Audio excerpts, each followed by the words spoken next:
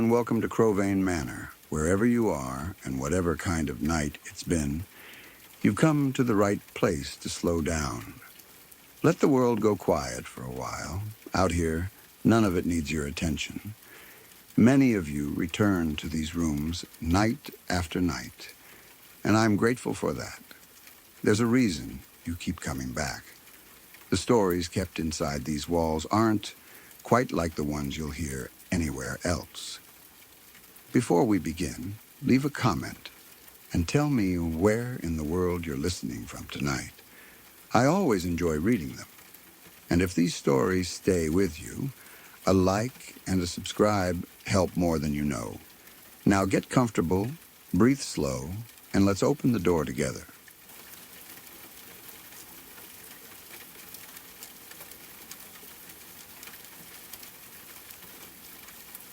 A few years back, we came home from a family member's house on Christmas Eve.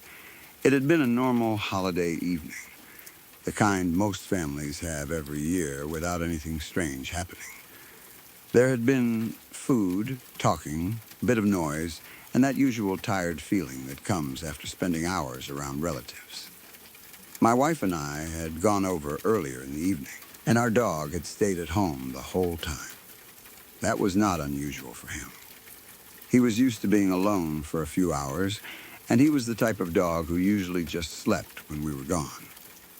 He had never been the kind to destroy things or panic when left in the house. He knew the routine. We would leave, he would settle down, and then when we came back, he would be happy to see us. When we got home that night, everything seemed normal. The house was quiet, but not in a scary way. It was just the quiet of a house that had been empty for a few hours. The kind of quiet that feels still at first, then slowly comes back to life when you walk in, turn on lights, take off coats, set things down, and start moving around again. Our dog greeted us like he always did. He seemed completely fine. He had not been barking when we came up to the house. He had not been acting nervous or hiding. He was happy to see us, and that alone made the place feel normal. If something had been wrong while we were gone, I feel like he would have shown some sign right away. But he did not. We said hi to him, gave him attention, and let him outside. He went out like usual, did what he needed to do, and came back in. There was nothing strange about his behavior then either. No growling at the dark. No refusing to come inside. No staring at some corner of the yard or acting like something was nearby. Everything was calm. It was Christmas Eve. We were home, and the night was winding down. After that, my wife and I ended up sitting at the kitchen table. It was probably one of those quiet after-holiday moments where you are still awake even though the big part of the night is over. The house had hardwood floors upstairs, and that detail is important because anyone who has lived in a house with hardwood floors knows the sound. Footsteps on hardwood are not easy to mistake. They have a certain tone to them, a certain weight. You can tell the difference between the house settling and someone walking. A creak might be the wood cooling down. A pop might be the walls adjusting. But footsteps have rhythm. They move from one place to another. They sound like weight pressing down and lifting again. We were sitting there at the table, probably talking quietly or just relaxing, when we distinctly heard footsteps from upstairs. They were clear. Not a single random creak. Not one old house noise. Footsteps, the sound came from above us, where the hardwood floors were. It sounded like someone was walking upstairs. I do not remember exactly how many steps we heard, but it was enough that both my wife and I reacted. It was not something you could easily ignore. The sound had direction and movement to it. It sounded like a person crossing part of the upstairs floor. For a moment, my wife and I just looked at each other. That look said everything before either of us spoke. We were both trying to confirm that the other had heard it too. It was one of those silent exchanges couples have when something strange happens. You do not want to be the first person to say it, because saying it makes it real. But the moment our eyes met, I knew she had heard the same thing I had. This was not one of us imagining a noise. It was not one of us being tired after a long Christmas Eve. We both heard footsteps upstairs in a house where no one else was supposed to be. At first, my brain tried to explain it away immediately. That is what I usually do. I have always been skeptical about most things. I am not someone who jumps straight to ghosts or anything supernatural. If I hear a noise in a house, I think about pipes, heating, cooling wood, wind, animals, neighbors, anything practical before I think of something paranormal. Most things do have a normal explanation. Houses make noise, especially at night. Hardwood floors can pop. Old structures shift. It was cold season, so maybe the temperature change had something to do with it. That was where my mind wanted to go. But then we noticed the dog. He had heard it too. That changed everything. He was not acting like a dog who had heard a normal house sound. He was clearly spooked. His body language changed. Dogs hear all kinds of things people do not. They hear pipes, cars outside, animals in the distance, little sounds in the walls. Most of the time, they do not react unless something stands out. Our dog knew the house. He knew its normal noises better than we did. He knew what the furnace sounded like, what the floors sounded like, what the wind sounded like, and what we sounded like moving around. So when he reacted to the footsteps, that made the sound feel much less easy to dismiss. The way he reacted made my stomach tighten. He was alert, tense, and clearly uncomfortable. It was not playful curiosity. It was not the kind of reaction dogs have when they hear a squirrel outside or a delivery truck. He seemed genuinely unsettled, like he had heard something in the house that should not have been there. That was the moment the mood changed. Before that, I could still tell myself it was probably nothing. Once I saw the dog's reaction, the house stopped feeling quiet and started feeling occupied. My wife and I were still at the kitchen table, and above us, the upstairs had gone silent again. That silence was worse than the footsteps in some ways. The sound had happened, it had been clear, and now there was nothing. No second set of steps, no door closing, no voice, no explanation. Just the stillness of the house pressing in around us. I remember feeling the strange shift inside myself, the one where ordinary skepticism has to make room for caution. I did not suddenly believe there was a ghost upstairs. My first concern was there might be a person in the house. That is always the first thing you have to consider. If you hear footsteps where no one should be, the practical explanation might be worse than the supernatural one. Maybe someone had gotten in while we were gone. Maybe they had been hiding upstairs when we came home. Maybe they had waited until we were settled downstairs before moving. That thought made the situation feel serious very quickly. So I got up and decided to clear the house. I took the dog with me.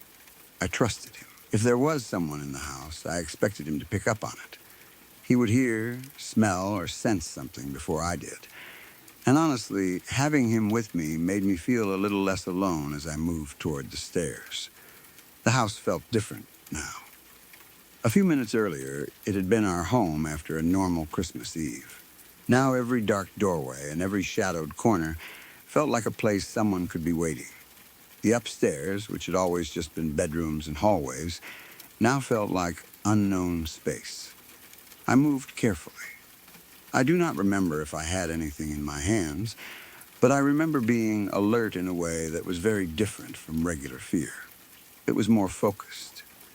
I listened for any movement above me. I watched the dog.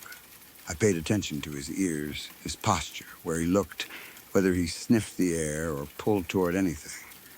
Every small sound from the house seemed louder. The stairs felt too exposed, because going upstairs meant moving toward whatever had made the noise. The dog came with me, but he did not charge ahead like he had found something. He was tense, but he was not leading me directly to a person. That made the whole thing even stranger. If someone had been upstairs, I expected him to react more strongly as we got closer. He should have smelled them. He should have barked, growled, or focused on one room. But he did not find anything. He stayed alert, but there was no clear target. I checked the upstairs carefully. Rooms, closets, corners, anywhere a person could hide. I looked in the bedrooms. I checked the hallway. I opened doors. I listened before entering spaces. I looked for anything out of place, anything knocked over, any sign that someone had moved through the house while we were gone. I was expecting to find something, even if I did not want to. Part of me wanted the answer to be a person, because at least that would make the footsteps make sense. A horrible sense, maybe, but still sense. There was nothing.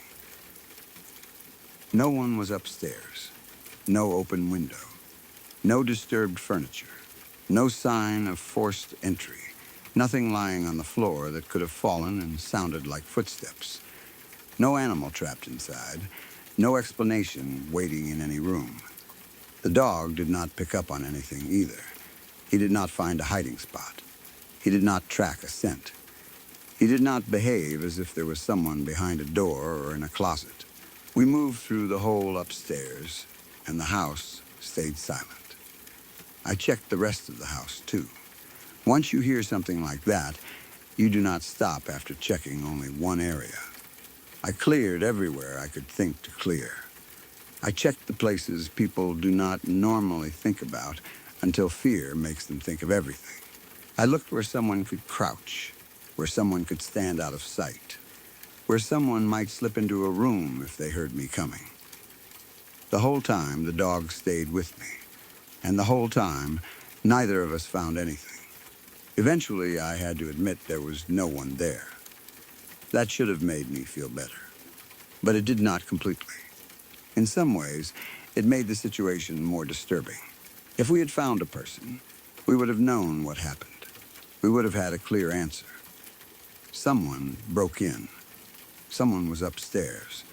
Someone walked across the hardwood floor. We would have dealt with the danger, called police, locked things down, whatever needed to happen. But finding nothing left us with the sound itself, hanging there without a cause. I went back downstairs to my wife, and I think we both tried to talk ourselves through it. Maybe it was the house settling. Maybe some part of the floor shifted. Maybe temperature changes made the hardwood sound like footsteps. Maybe something in the walls made a noise that traveled in a weird way. Maybe because it was quiet, we heard it more clearly than we would have during the day. Those explanations are all possible, and I know that. I have always known that. But none of them really fit what we heard. The sound was too distinct. It was not a random crack. There was not a single noise. It sounded like footsteps moving across hardwood. And again, the dog heard it too and reacted like it was something unusual. That is the piece I always come back to. If it had only been me, I could say maybe I was tired. If it had only been my wife and me, I could say maybe we both misheard some house noise at the same time. But the dog's reaction made it feel different. He did not know we were scared first. He reacted because he heard something. His fear confirmed ours before we even had time to build it up. The rest of the night felt strange. I do not remember if we stayed up for a long time afterward, but I know the house did not feel fully normal again right away. Once you hear footsteps where no one should be, you start listening for them again. You wait. You keep your attention split between the conversation in front of you and the ceiling above you. Every little creak becomes suspicious. Every pause in the room feels like the house is holding its breath. The upstairs feels heavier because you know you checked it and found nothing, but you also know what you heard. Christmas Eve made it feel even stranger. That night, is supposed to have a certain warmth to it. Even if you are not overly sentimental, Christmas Eve has a quiet feeling for a lot of people. Family, lights, cold weather, late night tiredness, maybe a tree somewhere, maybe decorations around the house. Coming home from a family member's house should have felt peaceful. Instead, we sat in our kitchen, listening to something walk upstairs in a house that should have been empty, except for us and our dog.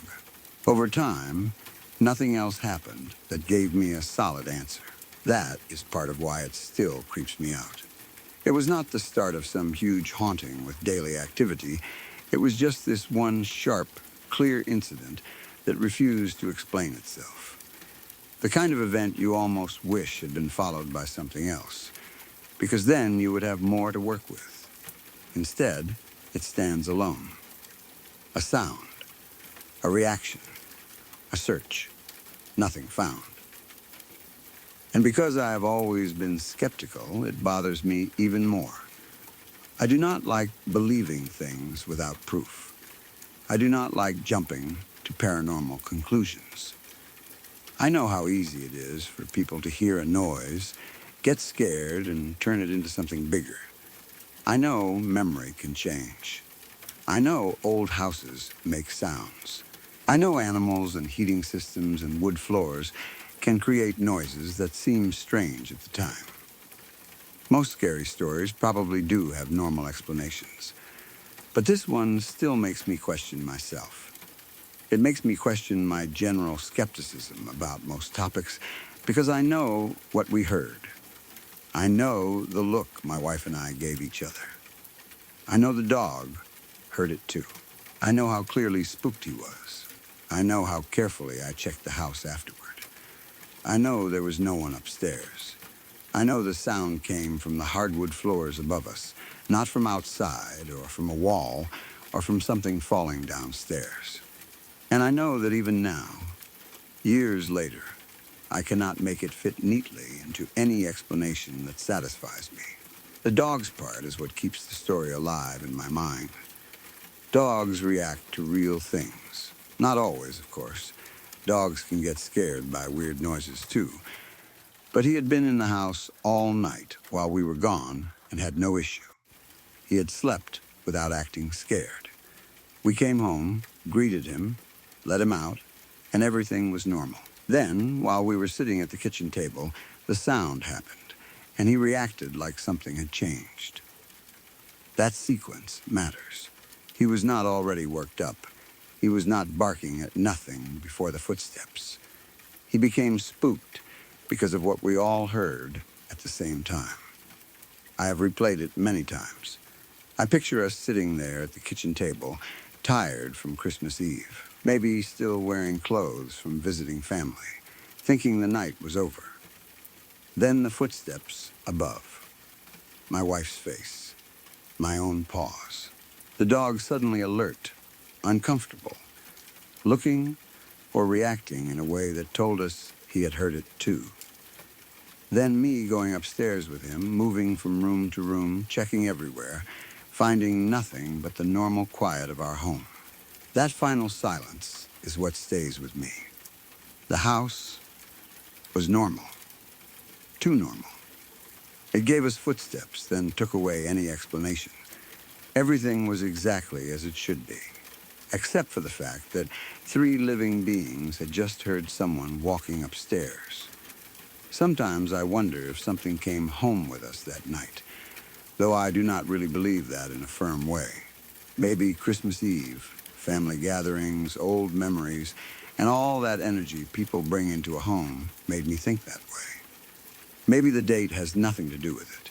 Maybe if it had happened on a random Tuesday, it would have been just as strange. But because it happened on Christmas Eve, it carries a different feeling in my mind. Like the house was supposed to be safe and warm, and for a moment, something unseen moved through it anyway. I also wonder if the footsteps had been happening before we noticed. Maybe the dog heard something upstairs while we were away, but ignored it or slept through it. Maybe whatever made the noise had been there before we came home.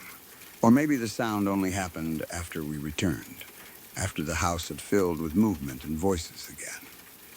That is the thing about unexplained sounds. Once they happen, you start building timelines around them. You start asking what came before and what might have happened if you had not been sitting there to hear it.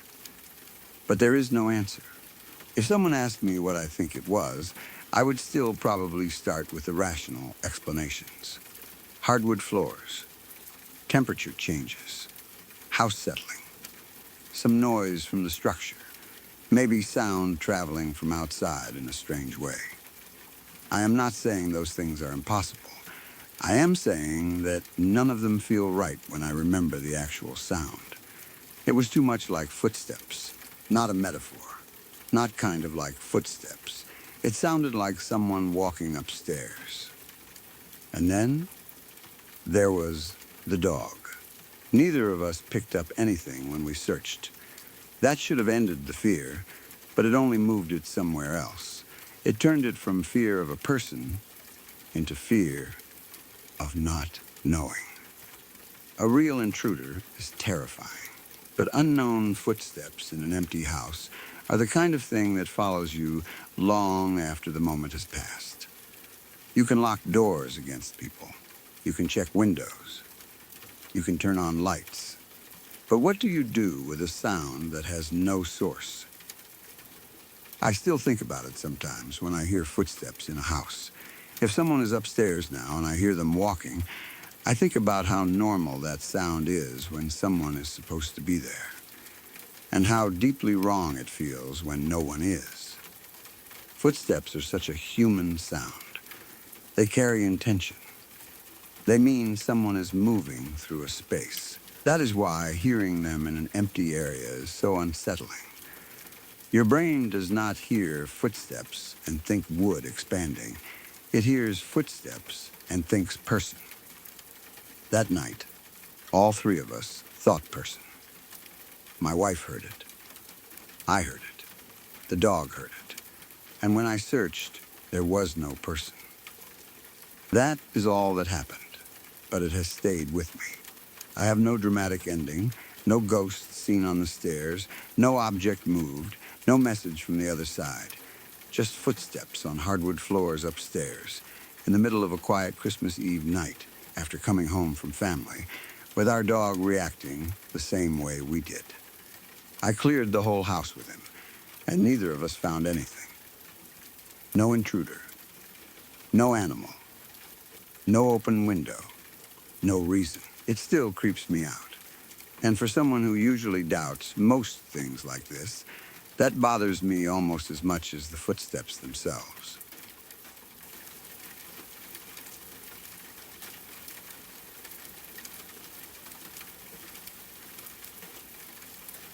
When I was around 11 or 12, my best friend and I used to do something that, looking back now, makes me feel sick to my stomach. At the time, we did not fully understand how dangerous it was. We were kids, old enough to think we knew how the world worked, but still young enough to make choices that were incredibly reckless. We had that false kind of confidence children sometimes have, especially when they have done something risky once or twice, and nothing bad has happened. After a while, danger starts to feel less like danger and more like a story adults tell to scare you. That is exactly where my mind was back then. It was summer, and there was a school bus that would take middle schoolers and people who could not drive through Topanga Canyon and drop them off at Topanga Beach, near Pacific Coast Highway. The bus drove back and forth all day, making the same loop over and over until around 4 p.m. or so. It was one of those simple summer routines. You could go down to the beach, hang out for a while, and then catch the bus back when it came around again. For kids our age, it felt like freedom. We did not have cars, we did not have much money, and we did not have adults driving us everywhere. That bus gave us a way to move around on our own. And because of that, it felt almost like a ticket into independence. Topanga Canyon itself was the kind of place that could feel beautiful and isolated at the same time. The road curved through hills and dry brush, with trees and cliffs and stretches, where it felt like you were far away from everything, even though Los Angeles and the coast were not that far. During the day, it could be sunny and pretty, with that dusty California summer feeling in the air. But it was still a canyon road, narrow in places, with blind curves and long stretches where you were very aware that if something went wrong, there might not be many people around to help.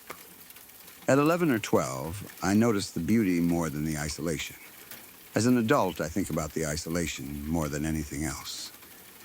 One day, my best friend and I were at the beach, or headed back from the beach, and we did not feel like waiting for the bus. The bus would come back around in about 20 minutes, which now sounds like nothing. 20 minutes is such a short amount of time. You can sit on a curb, talk, complain about being hot, and wait. But when you are 11 or 12, 20 minutes can feel like forever. We were impatient. We wanted to go. We wanted to get moving. We thought we were clever and brave and independent. So we decided we would hitchhike instead. I know how insane that sounds now. Two young girls sticking their thumbs out on a canyon road, getting into cars with strangers because we did not want to wait for a bus. It makes me angry at my younger self, but also sad, because I remember how normal it felt to us after a while. The first time, I was nervous. I knew enough to worry that someone dangerous might pick us up. I had heard the warnings, even if I did not understand them the way I do now. A stranger could take us somewhere else. A stranger could hurt us. A stranger could drive away with us, and nobody would know where we had gone. Those thoughts were in my head, but they were not strong enough to stop me. The first few times we did it, nothing bad happened. That was the problem. Someone would pull over, we would climb in, they would drive us where we wanted to go, and then we would get out. No one tried anything. No one drove away in the wrong direction. No one acted scary. So instead of thinking we were lucky, I started thinking, this is fine. That is how kids get comfortable with danger. The world gives you a few harmless outcomes, and your brain turns them into proof that nothing bad will happen. Each time we got away with it, the fear got smaller. Hitchhiking stopped feeling like a terrible idea and started feeling like just another way to get around. Then one day, we did it again. We stuck our thumbs out on the side of the road waiting for someone to stop. I do not remember the exact weather or what we were wearing or what we had been talking about before that moment, but I remember the truck. A beat-up truck pulled up for us. It was old and rough-looking, the kind of truck that already seemed like it had been through a hard life. It was not shiny or clean. It looked worn down, dusty, and used. At that age, I did not know much about cars, but I remember thinking it did not look nice. Still, it stopped, and by then we were used to taking rides from strangers, so we got in. The front seat was one long bench seat that went all the way from the driver's side to the passenger side. My best friend and I both climbed into the front, and I ended up sitting in the middle. That meant I was close to the driver, closer than I wanted to be once I really looked at him. There was a stick shift sticking up, and I had to keep my knees angled to the side so I would not be in the way. My best friend sat on the passenger side, pressed near the door, and I was between her and him, squeezed into that middle spot with nowhere to really move. At first, I tried to act normal. We had done this before. The truck had stopped. We were getting a ride. Everything was supposed to be fine. The engine rumbled, the truck started moving, and we pulled away. But once we were driving, I took a quick look at the driver, and that was when my comfort began to crack. He looked rough, not just tired, but really worn down. His face looked beat up, like life had not been kind to him. He looked like he had not showered in days. His hair and face were scraggly, and there was something about him that made me nervous right away. I know now that this was not fair. People can look rough for all kinds of reasons. Poverty, hard work, injury, bad luck, illness, or simply having no one to help them. A person's appearance does not make them dangerous. But I was a child, and I was sitting in a stranger's truck in the middle of a canyon, and the first real look I got at him made my stomach tighten. I shifted closer to my best friend. It was a small movement, the kind you hope no one notices. I just moved a little to the side, away from him, toward her. I wanted the comfort of being closer to someone I knew. I told myself not to panic. He was probably just a guy giving us a ride. He had not done anything wrong. He was driving in the right direction.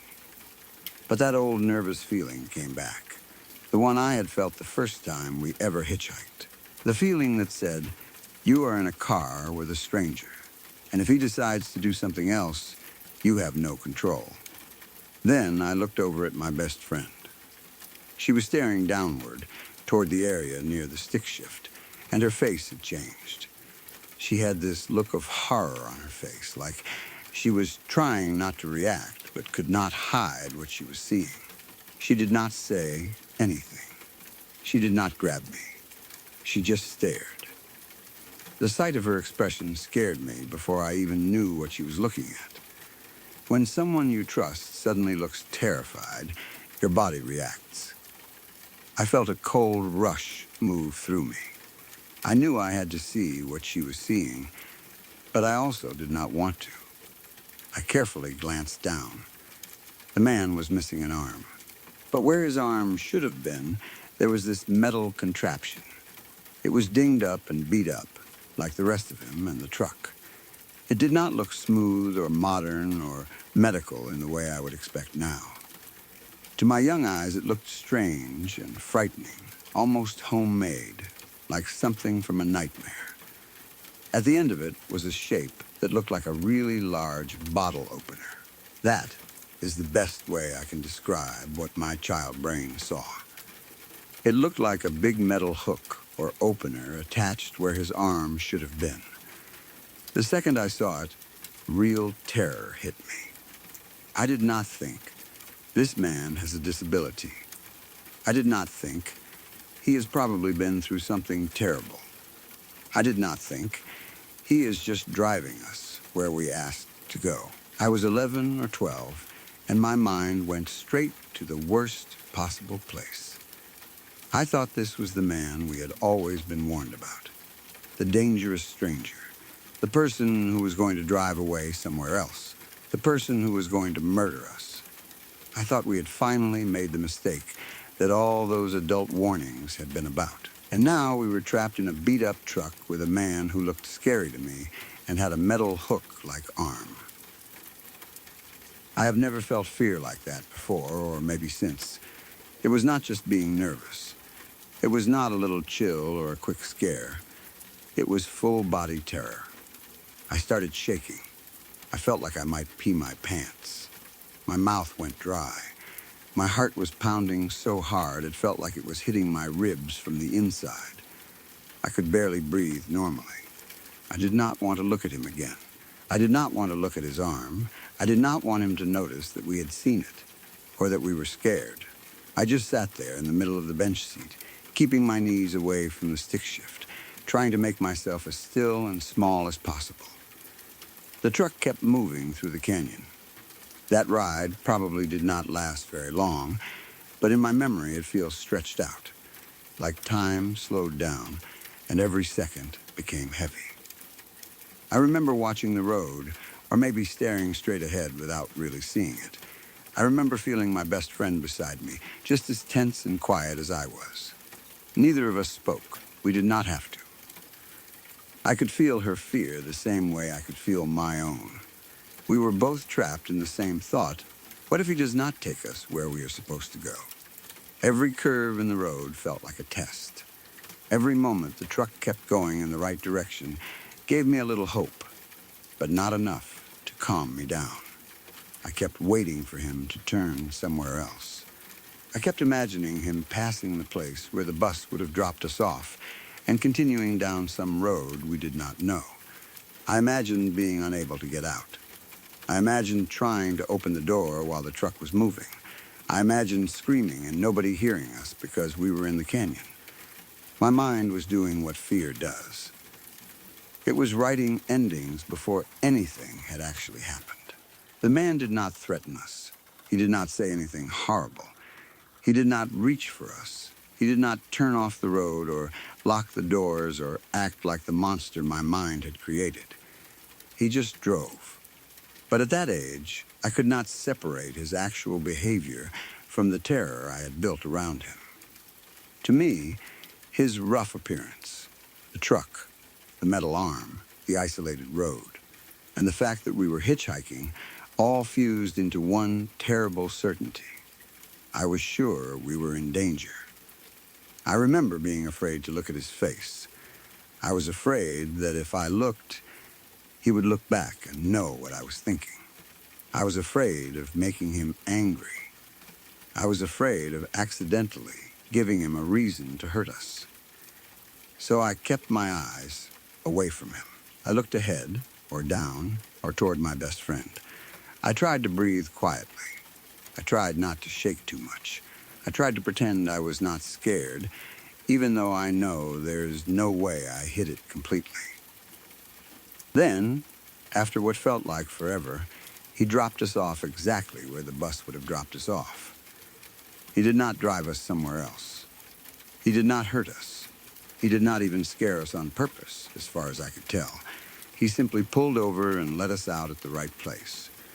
The ride ended the way every other hitchhiking ride had ended, with us climbing out of the vehicle and the driver leaving.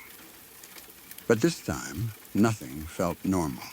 My body still felt full of fear, and my legs probably felt weak when I stepped out of the truck. The truck drove away. My best friend and I stood there, and I could tell she had been just as scared as I was.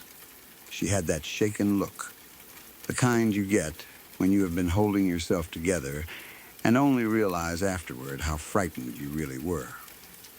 We did not need to say it. We both knew. We had both thought the same thing. We had both sat there in silence, convinced in our own heads that we might not make it out of that truck. And then we never talked about it. That is one of the strangest parts to me now. We did not sit down and process it. We did not say, "Oh my God, I thought we were going to die." We did not laugh it off. We did not cry. We did not tell each other how scared we had been. We just let it sit between us, unspoken, maybe because we were embarrassed. Maybe because saying it out loud would have made it too real. Maybe because part of us knew we had been wrong to be so scared of him, and another part still could not let go of the fear. At 11 or 12, you do not always have the words for complicated feelings like that. So we did what kids often do. We buried it, but we never hitchhiked again. That part was clear. Whatever confidence we had built from the earlier rides was gone. That one ride destroyed it completely. It did not matter that he had dropped us off safely. It did not matter that nothing bad had happened. We had finally felt the full weight of what could happen when you get into a stranger's vehicle, and that was enough. We did not need another lesson. We waited for the bus after that. 20 minutes did not feel like forever anymore. 20 minutes felt safe. Looking back now, I feel bad about being so scared of that man. I really do. As an adult, I can see the situation with more compassion. He was probably just someone who had lived a hard life. Maybe he had been in an accident. Maybe he had lost his arm in some terrible way. Maybe the metal contraption was a tool he used every day just to get by. Maybe people stared at him all the time. Maybe he knew we were scared and said nothing because he was used to that reaction. That thought makes me feel ashamed. He stopped to help two kids get where they were going, and we sat there thinking of him like a monster. That is not fair to him, but at the same time, I cannot pretend the fear was not real. I cannot rewrite my own body's reaction. I was a child in a stranger's truck on a canyon road, sitting right next to a man who looked frightening to me at that age, with a strange metal attachment where his arm should have been. I did not have the life experience to understand him as a person with pain, history, and maybe kindness. I only had fear, warnings, and the sudden realization that my best friend and I had put ourselves in a situation where we had almost no control. That fear was powerful because it was not only about him, it was about finally understanding the danger of what we had been doing. Until that ride, hitchhiking had felt like a shortcut. A little risky, yes, but mostly harmless because nothing had gone wrong. In that truck, for the first time, I truly understood that we were not in charge once we got into someone else's vehicle. If the driver was dangerous, we would have had very few options. We were kids. We were small. We were on a canyon road. We had no phones in the way people do now, no easy way to track our location, no real plan if things went bad. The man may have been harmless. In fact, based on what happened, he probably was. But the situation itself was not harmless. That is what I understand now. Sometimes I think about him and wonder if he ever remembered us. Maybe not. Maybe we were just two kids he gave a ride to one day, and he never thought about it again. Maybe he noticed how quiet we got. Maybe he saw us staring. Maybe he knew exactly why we were scared, and maybe it hurt him. I hope not, but I cannot know. I wish I could go back and see him with adult eyes instead of a child's fear. I wish I could thank him for dropping us off safely. I wish I could undo the way I thought about him in that moment. But memory does not work that way. The memory I have is still the memory of terror. I can still feel the bench seat under me. I can still feel my knees angled away from the stick shift. I can still see my best friend's face as she looked down in horror. I can still see that metal contraption where his arm should have been, dinged and worn, with the end shaped like a huge bottle opener. I can still feel my body shaking. The belief that this was the dangerous stranger we had been lucky enough to avoid until then. I can still feel the silence inside that truck. And I can still feel the relief when he stopped where he was supposed to. That relief was enormous, but it was not the kind that makes you laugh. It was the kind that leaves you hollow. We got out, and the danger was over. But something had changed. We were not brave little kids cheating the system anymore. We were two children who had scared themselves badly enough to finally understand that we had been gambling with our safety. We never needed to discuss it, because the lesson had already been learned in our bodies. I have carried two feelings from that day ever since, and they do not fit together neatly. One is guilt. Guilt for fearing a man who, as far as I know, did nothing but help us. Guilt for turning his appearance and disability into something terrifying in my mind. Guilt for not understanding that he may have had a hard life and hard circumstances, and that his roughness did not make him cruel or dangerous. The older I get, the more I feel that part. I see him less as a scary stranger and more as a person who probably had his own pain, his own story, his own reasons for looking the way he did.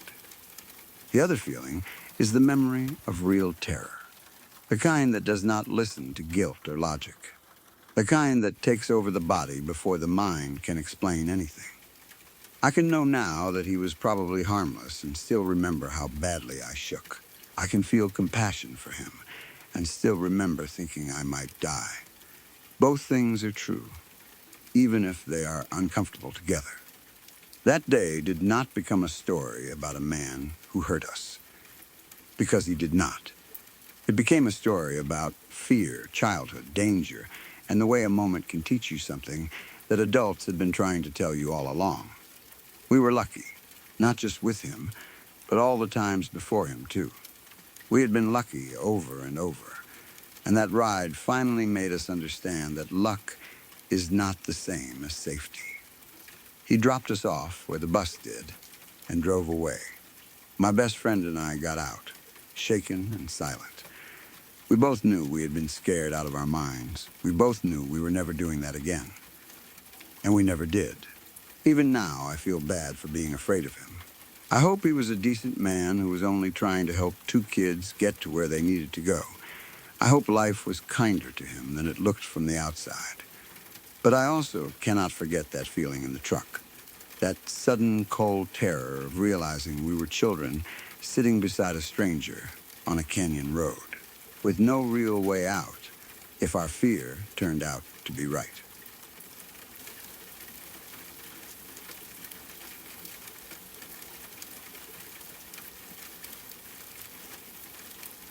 Weird, but no entities involved. That is the part I always try to make clear when I tell this story, because it was not like a ghost story in the usual way. There was no shadow person standing in the corner, no face at the window, no voice calling my name, no strange figure watching us from the dark. Nothing like that. It was not a haunted house story or a story about something evil following us. It was stranger than that, and in some ways harder to explain, because it felt like something happening between sleep, dreams, the body, and whatever part of us might exist outside of that. I do not know what to call it, even now. I only know that it happened, and that it left me with a feeling I have never fully been able to shake. My ex and I were on a delayed honeymoon cruise in the Caribbean. We had not gone on the honeymoon right after the wedding, so by the time we finally took the trip, it felt overdue. I remember the excitement of it, the feeling of finally getting away, being out on the ocean, far from home, far from our normal routines, and surrounded by that strange mix of luxury and isolation that cruise ships have. During the day, everything felt bright and alive. There was sunlight on the water, people walking around in vacation clothes, music playing somewhere, food everywhere, drinks, laughter, and that endless blue horizon that makes it feel like the rest of the world has disappeared. At night, though, the ship felt different. I do not mean it felt bad, exactly. It was just strange in the way any large place can feel strange when it is floating in the middle of the ocean. The hallways seemed quieter. The room felt small. You could feel the faint movement of the ship if you paid attention, that slow rocking beneath everything, even when the sea was calm. There was always a low hum somewhere, maybe from the engines or air conditioning, something mechanical and steady that reminded you that you were not on land. Our room was not huge, like most cruise cabins are not huge, but it was comfortable enough. It was the kind of room where everything had its place, and once the lights were off, it became very dark and close. One night, we went to sleep like normal. I do not remember anything unusual happening before bed. There was no scary conversation, no heavy mood, no feeling that something strange was coming. We were just tired from the day, and we went to sleep in that little room while the ship moved quietly through the Caribbean. I remember being asleep, and then I remember the dream starting. Though calling it a dream does not feel fully right. It had the feeling of a dream, but it also felt clearer than a normal dream, more aware, more real in the moment. In the dream, I was floating above my body. I could see myself in the bed below. I was not looking through my normal eyes. I was somewhere above myself, looking down, and I knew that the body in the bed was mine. I was not confused by it. I was not panicking at first. It felt natural in a way that should have been impossible. I had the sense that I had separated from myself, like some part of me had lifted out and was drifting upward. I did not feel weight. I did not feel the bed under me. I did not feel the blanket or the pillow. I was just floating. I rose higher, up toward the corner of the room. The room looked the way our room looked, but it also had that dreamlike sharpness where certain details feel too clear while others do not matter. I remember the corner of the ceiling pulling me toward it, or maybe I was moving toward it on my own. I cannot say whether I was controlling it or being carried. It was not violent. It was not like I was being dragged. It was more like a current had picked me up, and I was drifting with it. Still, I knew where I was going. I was moving toward the upper corner of our room, and then toward the space beyond it. As I floated there, I became aware of something with absolute certainty. If I went outside the room, I was not coming back. That thought was not like normal fear. It did not feel like a guess or a worry. It felt like knowledge, like a rule I suddenly understood without anyone telling me. The room was the limit. The room was the line. As long as I stayed inside it, I could return. But if I passed through, or beyond that boundary, if I left the room completely, then whatever part of me was floating there would not find its way back to my body. I would be gone. I do not know where I thought I would go. I do not know what not coming back would have meant. Death, maybe, or something close to it. But I knew it with the kind of certainty you rarely feel in waking life. That was when I became afraid. Not the kind of fear where you scream or run because I had no body to run with. It was a deep, helpless fear. The fear of realizing you are slipping away from yourself. I could see my body down below. I knew my husband was there in the room too. I knew I needed to get back. I knew I needed to stop moving before I crossed whatever invisible line I had sensed. The ship, the room, the ocean outside, everything suddenly felt far away and close at the same time. I was in our cabin, but I also felt like I was on the edge of something much larger and much darker than the room itself. I reached out to my husband. That is the part I remember most clearly.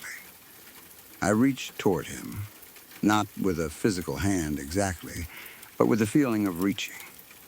I wanted him to pull me back. I wanted him to notice. I wanted him to anchor me somehow. I do not know if I was trying to touch him, wake him, or just connect to him. But the second I reached out, everything changed. I was immediately sucked back. There is no better way to describe it. It was fast and forceful, like being pulled backward through a tunnel or snapped back by an invisible cord. One moment I was floating near the corner of the room, aware that if I went any farther I would not return. The next moment, I was slammed back into myself. I was in my body again. I was in the bed. I was breathing. I was awake, or at least waking up, with that heavy, shocked feeling you get after a dream that is too real. I lay there for a moment, trying to understand what had just happened. The room was dark. My husband was asleep beside me. The ship was still moving, gently. Nothing looked different. Nothing had fallen. Nothing was standing over us. There was no sign of anything strange except the way I felt inside my own body, like I had just returned from somewhere I was not supposed to go. My heart was pounding, but I do not remember waking him up right then. Maybe I was too confused. Maybe I told myself it was just a dream. Maybe I was scared that saying it out loud would make it feel even more real. Eventually, I must have gone back to sleep, or at least stayed quiet until morning. When morning came, the room looked normal again. Daylight has a way of making even the strangest night experiences seem less serious. On a cruise, morning also brings back the whole vacation atmosphere. People are moving around, doors are opening, breakfast is happening somewhere, and the world feels ordinary again. I could have written it off as a vivid dream, maybe even a strange form of sleep paralysis or some kind of out-of-body dream caused by the motion of the ship. But then my husband told me what he had dreamed. He said that during the night, he dreamed something was hovering over him. It felt like it was above him, close and heavy, like it was going to fall on him. He described it like something was suspended over his body, about to come down. Not attacking exactly, but looming, pressing, like a weight in the air. He had felt that something was right there over him, and he had been afraid it was going to drop onto him. That was when my stomach went cold. Because from my side of it, I had been floating above my body and had reached out to him right before being pulled back. From his side of it, something had been hovering over him, like it was about to fall on him. The timing, the position, the feeling of something above him, it all lined up too closely. It was not like we had both just had random dreams about the ocean or the cruise or something we had seen that day. His dreams sounded like he had sensed me coming back, me returning to my body. I remember trying to explain my dream to him, and the more I talked, the stranger it became. He had not known what I dreamed when he told me about his. I had not told him first and influenced him. He said what he experienced, and only then did I realize it matched mine. That is what made it so hard to dismiss.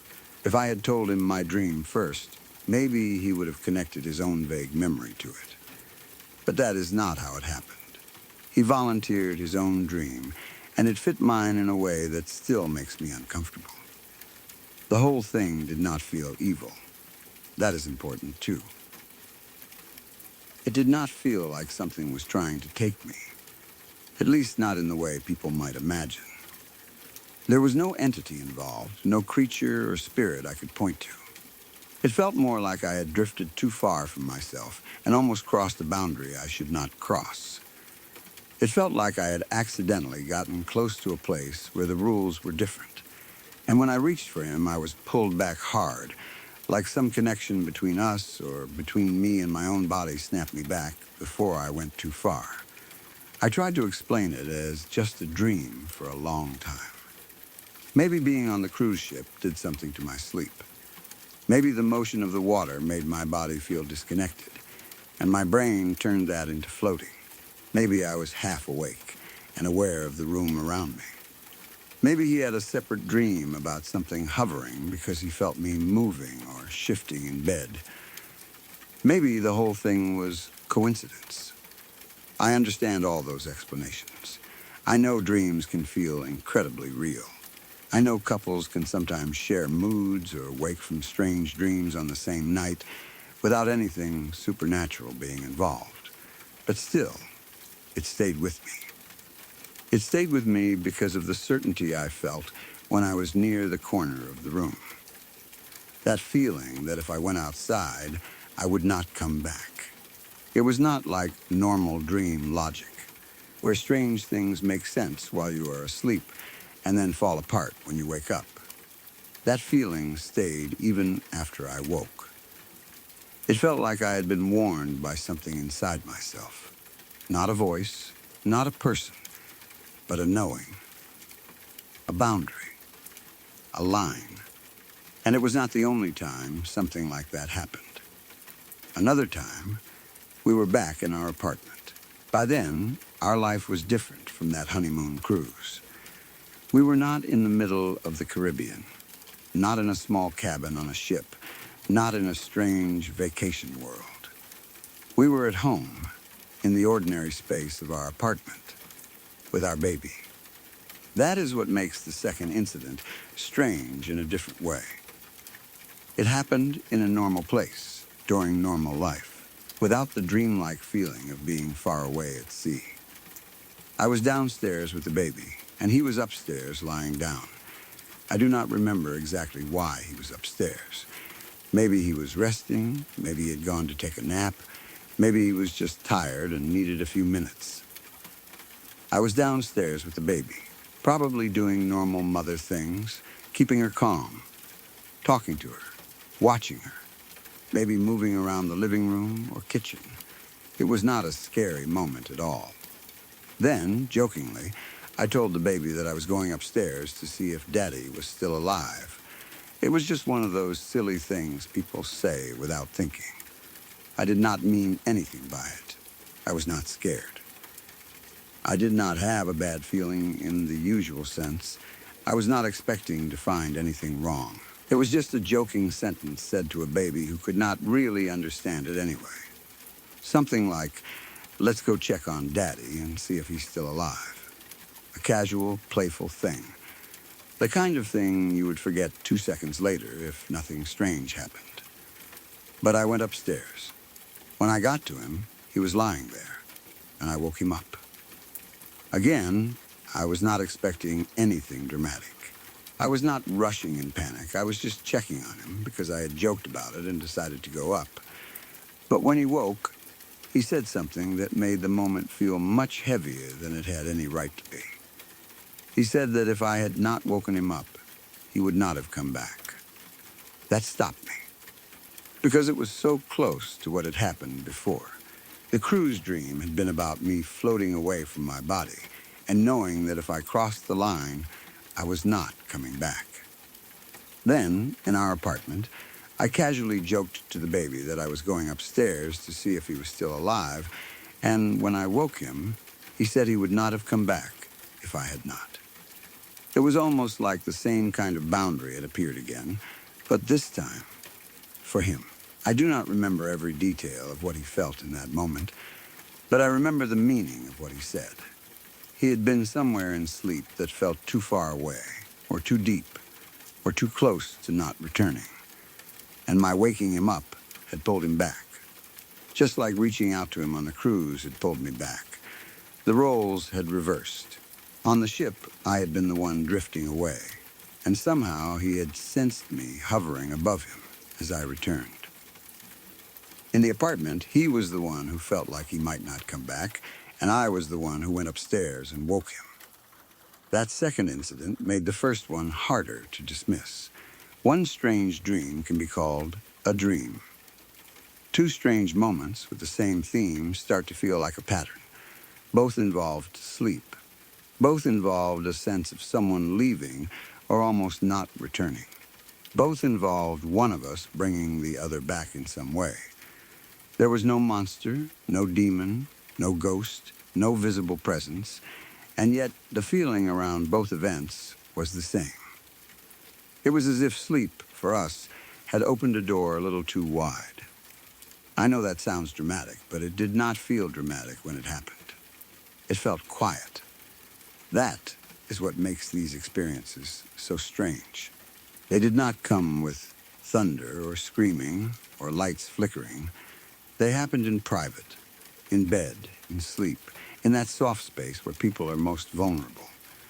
They happened in moments that could easily be explained away by anyone who was not there. A vivid dream on a cruise. A half-asleep comment in an apartment. A husband saying something strange after being woken. Nothing that would prove anything to anyone else. But to me, they are connected.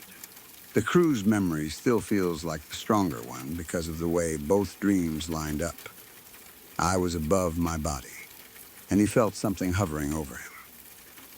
I reached for him, and I was sucked back. He felt something like it was about to fall on him. I came back into myself. It was almost like, for a second, our experiences overlapped from different sides. I was experiencing the movement from inside it, and he was experiencing the effect of it from below. The apartment moment was more subtle, but in some ways it was more frightening because of what I said before going upstairs. I joked about checking if he was still alive. I said it without thinking. Then he woke and told me if I had not woken him, he would not have come back. I do not like coincidences like that. They feel too pointed, too exact. It is the kind of thing you laugh off at first because you do not want to think too hard about it, but later, when the house is quiet, it comes back to you. I have wondered if maybe we had some kind of connection in sleep. Not in a romantic, magical way exactly, but something deeper and stranger than ordinary awareness. Maybe couples, especially when they sleep near each other for years, can become sensitive to each other's states. Maybe one person can sense when the other is distressed in a dream, or in some strange, half-waking state. Maybe my body knew something was wrong with him upstairs before my mind did. And that is why I made that joke to the baby and went to check on him. Maybe on the cruise, he sensed me leaving my body in the same way, and his mind turned it into a dream of something hovering above him. That is the most grounded explanation I can come up with, and even that is not fully grounded. It still suggests there are things between people that we do not fully understand, signals we pick up without knowing, instincts that speak before reason, a kind of quiet alarm that goes off inside you when someone close to you is not quite where they should be. Or maybe it was something spiritual, but not an entity. Maybe it had nothing to do with ghosts or hauntings at all. Maybe it had to do with the soul, or consciousness, or whatever leaves the body when we sleep deeply or dream in certain ways. I am not saying I know that is true. I am only saying that after those two experiences, I find it harder to believe that we are only what we are when we are awake. There are moments in sleep that feel too big to be random images created by the brain. There are dreams that feel like places. There are awakenings that feel like returns. That is what the cruise felt like. A return. And that is what my ex described in the apartment. Not coming back unless I woke him. I have never been able to turn those moments into a neat explanation. I have tried. I have told myself the cruise was just an out-of-body dream caused by being in an unfamiliar place. I have told myself his hovering dream was coincidence. I have told myself the apartment moment was just him saying something dramatic because he had been in a deep sleep. I have told myself that my joke to the baby only seems strange because of what he said afterward. Maybe that is all true. But the feeling remains. The feeling is that both times, one of us was close to some edge, and the other one brought them back. That is why I do not tell this like a normal, scary story. There was nothing crawling on the walls, no dark shape in the hallway, no whisper in the room, no object moving by itself. It was just us, asleep or close to sleep, and something happening in that invisible space where the body and mind are not always fully tied together. It was frightening, but not because something was trying to hurt us. It was frightening because it made death, or the idea of leaving the body, feel close and quiet and possible. The first time, I was floating above myself on a cruise ship in the Caribbean, moving toward the corner of the room, knowing with complete certainty that if I went outside the room, I was not coming back. I reached for my husband, and I was sucked back into myself. The next morning, without knowing my dream first, he told me he had dreamed something was hovering over him like it was going to fall on him. And all I could think was, that was me, coming back. The second time, I was downstairs with the baby while he was upstairs lying down in our apartment. I jokingly told her I was going upstairs to see if Daddy was still alive. I went up, woke him, and he told me that if I had not woken him, he would not have come back. I do not know what to do with that. I do not know what it proves. But I know that after those moments, I stopped thinking of sleep as something simple. I stopped thinking of dreams as only dreams. Sometimes, when I remember that cruise room, I can still feel the pull toward the corner and the fear of crossing that invisible line. And sometimes, when I remember walking upstairs after joking with the baby, I wonder what would have happened if I had stayed downstairs. Maybe nothing. Or maybe he was right.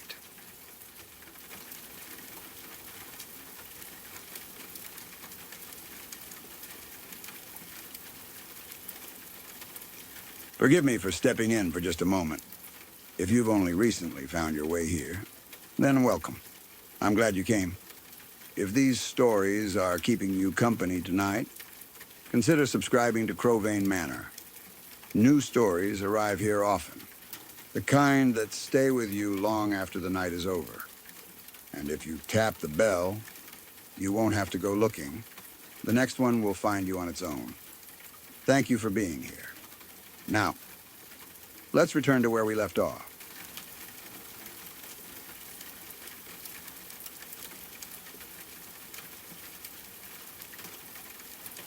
I think I saw someone put a body in a car. I still do not know exactly what I saw, and that is the part that has stayed with me for all these years. It was one of those moments that happened so fast and so quietly that my brain could not fully understand it while it was happening.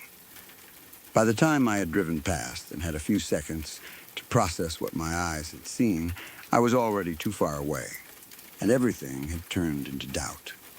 Maybe they had struck a person. Maybe it was an animal. Maybe I saw something completely innocent, and my mind turned it into something darker because of the time of night and the place where it happened. I do not know. I have never known. But even now, almost 11 years later, I still think about it. It happened on a back road in front of a church. That is one of the details I remember clearly, because that road has never left my mind. It was not a busy road, not the kind of road where people are always passing by and headlights are always moving in both directions. It was quieter than that, the kind of road where every car feels noticeable because there are not many of them. At night, the area had a hollow feeling to it. The church sat there like a dark shape against the road, silent and closed, with nothing happening around it. No service, no people outside, no cars filling the lot. Just the building, the road, the dark, and whatever I saw that night. I was driving when I noticed the shape near the road. At first, I did not know what I was looking at. Everything was in silhouette. The lighting was bad, and because it happened in front of me but slightly off to the side, I did not get a clean, perfect view. I only saw shapes and movement. A person was near a car, and there was something on the ground, or someone. The person was bending down, lifting, pulling, trying to get the shape up. It looked like they were picking up whatever had been hit.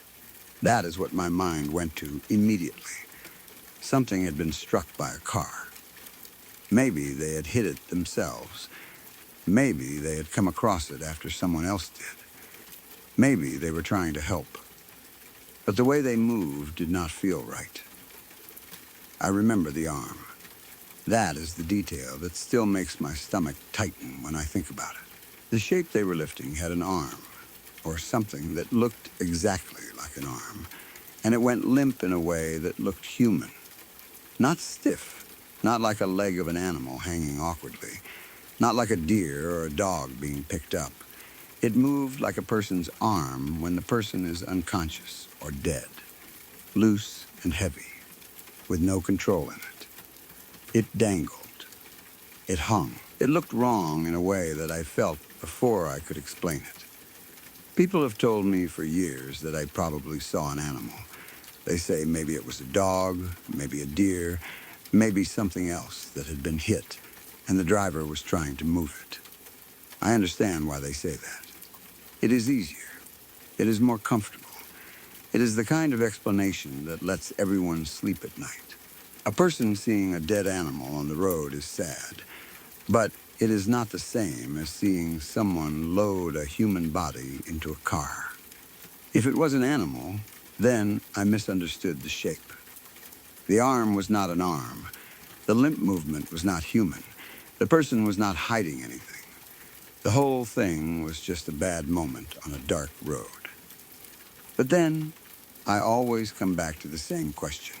Who puts a dead animal they just hit in their car? That is the question I can never get past. Maybe some people would. Maybe if it was their own pet, they would pick it up and take it with them. Maybe if it was a dog or a cat, they would not want to leave it there. Maybe if they were kind or shocked or trying to do the right thing, they might place it in their car and take it to a vet or somewhere else. I know that is possible. I have told myself that many times. But the way it looked did not feel like that.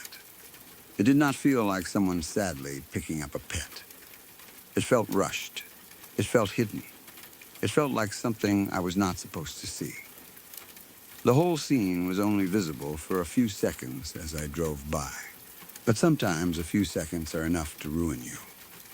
My headlights in the darkness made everything into shadows. I could not see faces. I could not make out clothing clearly. I could not see the details of the car in a way that would let me be certain. Everything was a black shape against another black shape, broken only by the little bits of light that reached the road. That should make the memory weaker, but somehow it made it worse. Because I did not see enough to be sure, my mind has been forced to return to it over and over, trying to fill in what I missed. I kept driving at first. I think that is one of the things that bothers me too. I did not stop. I did not pull over right away and walk back. I did not know what I had seen until I was already past it. At the time, it was confusing. It was late, or at least dark enough for everything to be unclear, and I was on a back road with a strange scene happening in front of a church. My brain was trying to process it, but my body just kept doing what bodies do when they are driving. Stay in the lane, keep moving, look ahead, do not panic. By the time the fear caught up with me, I was away from it. Then the thoughts started. Was that a person? Was that a body? Did that car hit them? Was the person lifting them trying to help or trying to hide what happened? Was I supposed to do something? Should I turn around? What if I went back and there was nothing there? What if I went back and the person saw me? What if I had just witnessed something terrible and did nothing? What if it was only an animal and I was losing my mind? The questions came so fast that I could not hold one of them long enough to answer it. I called a few people after that, trying to get someone to answer. I needed a voice. I needed someone to tell me I was okay, or that I had probably misunderstood, or that I should calm down.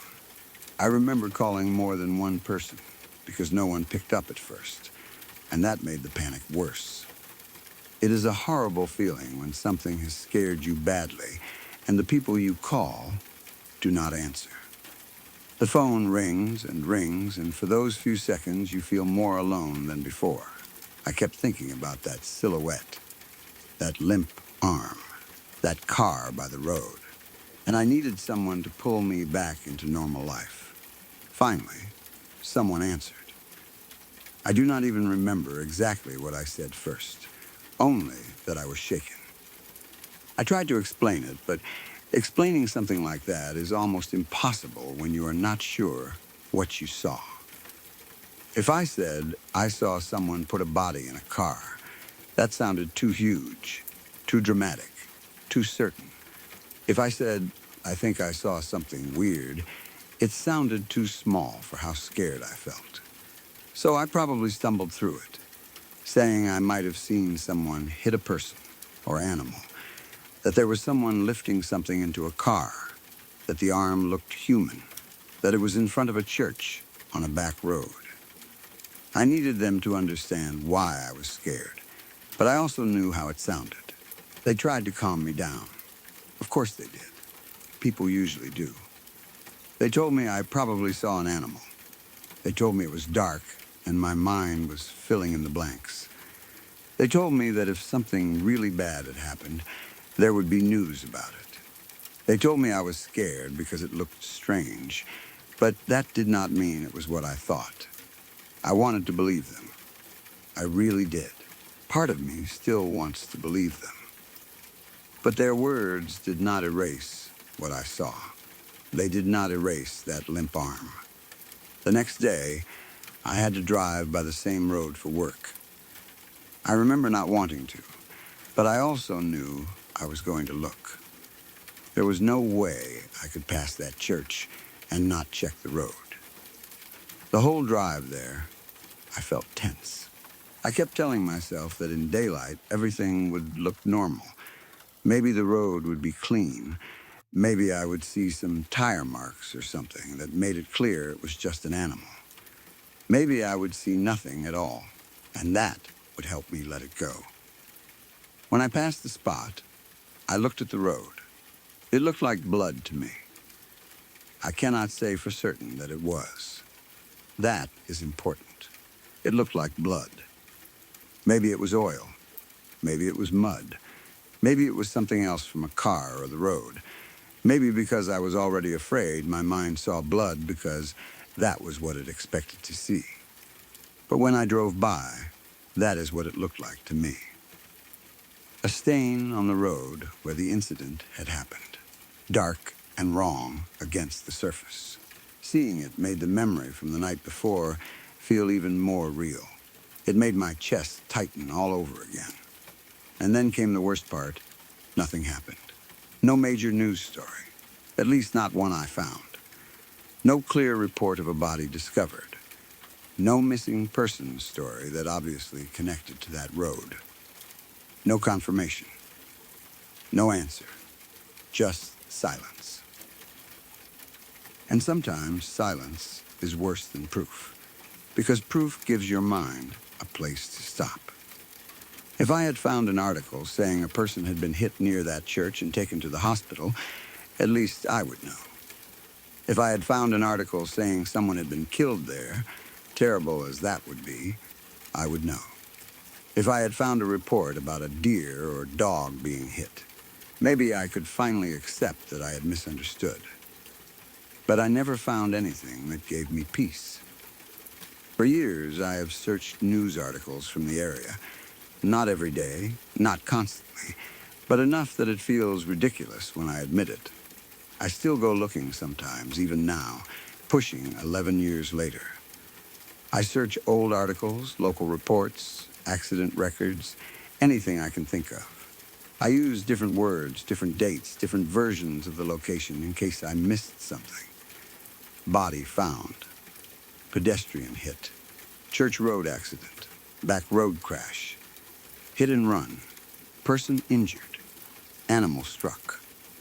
I have typed so many versions of it over the years that it feels like I am trying to solve a case that may not even exist. That is what makes it so strange. I do not know if I am looking for the truth or for permission to stop thinking about it. Maybe both. There is another detail that has always stayed in my mind. A new hospital had opened recently, only about a 3-minute drive down the road from where it happened. I still think about that. I still hope that if it was a person, if someone really was struck, then maybe they were not being hidden or taken away for some terrible reason. Maybe whoever picked them up was taking them to that hospital. Maybe they did not call an ambulance because they panicked. Maybe they thought it would be faster to drive. Maybe the person was still alive. And maybe that strange, awful thing I saw was actually someone trying to save them. That is the best version of the story I can imagine. In that version, the body was not a body yet. It was an injured person. The person lifting them was not a criminal, but someone scared and desperate. The limp arm was not death, only unconsciousness or shock. The car was not being used to hide anything, but to get them help. The blood on the road, if it was blood, was from an accident, not a murder. And the hospital was close enough that maybe they made it there.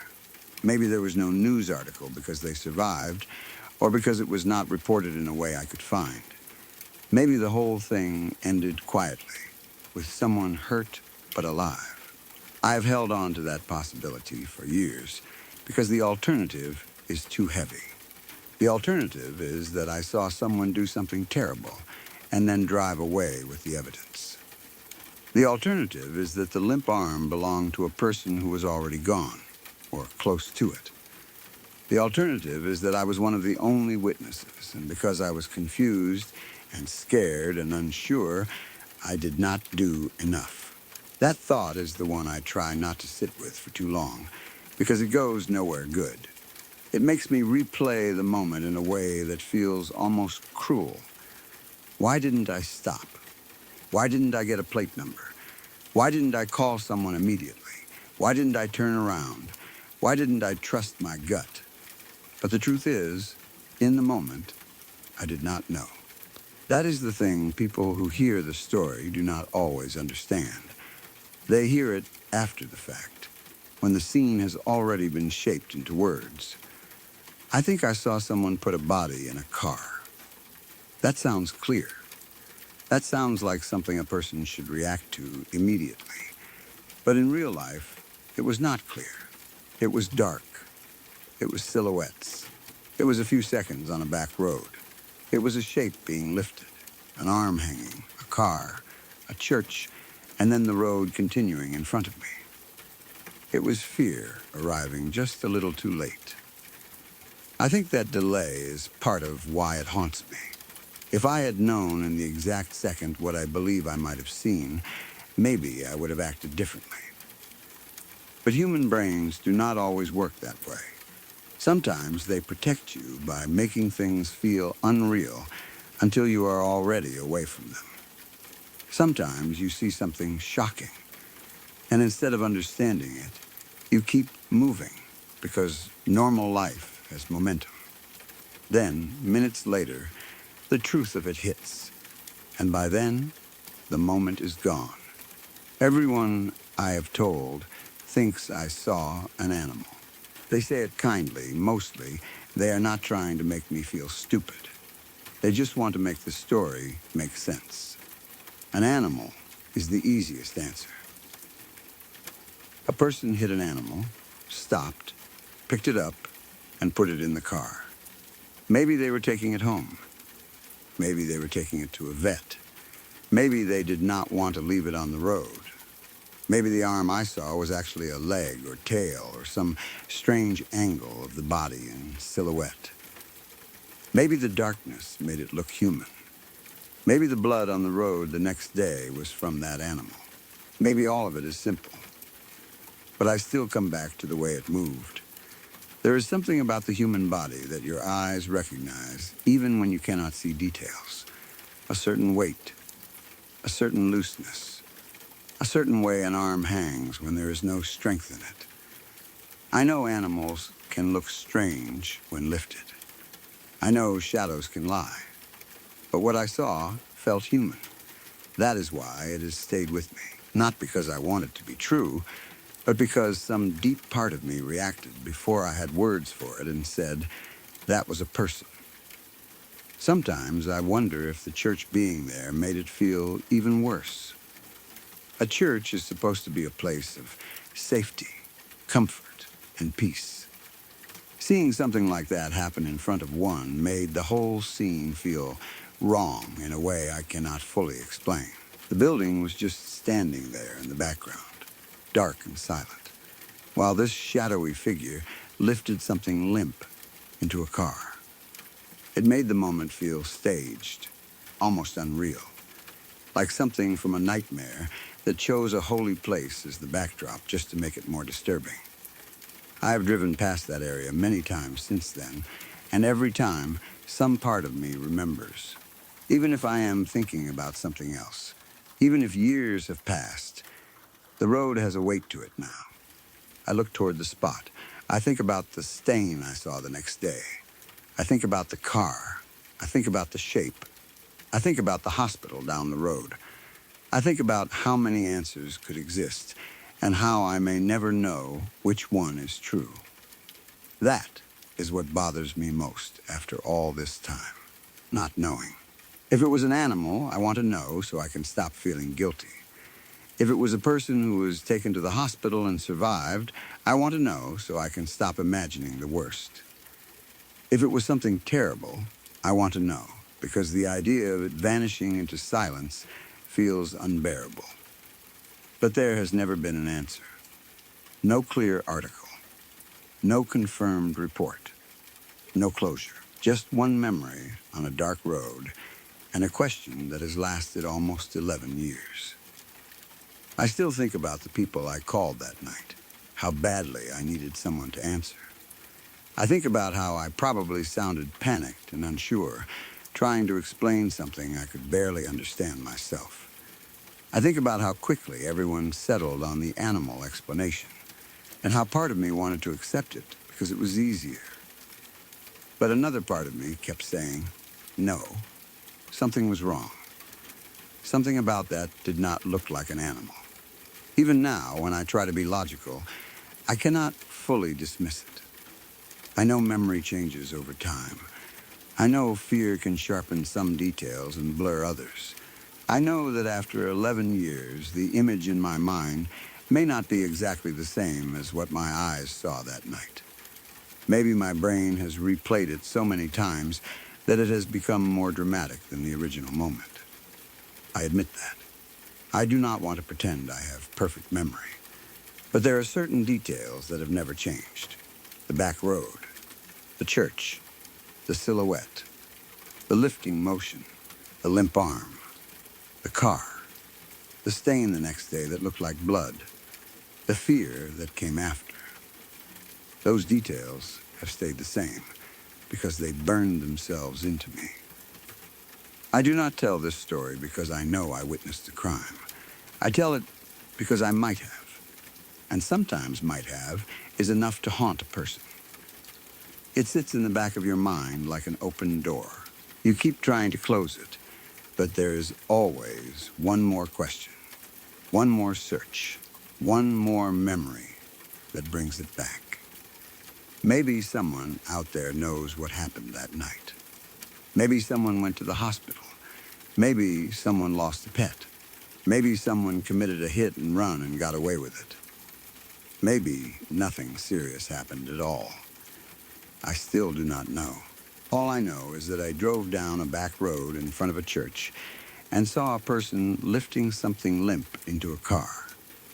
I saw the arm hang in a way that looked human. I saw enough to scare me, but not enough to be certain. The next day I drove by for work and saw what looked like blood on the road. For almost 11 years, I have searched for answers and found none. Everyone thinks I saw an animal. Maybe I did. But if it was an animal, I still do not understand why it looks so much like a person being taken away in the dark.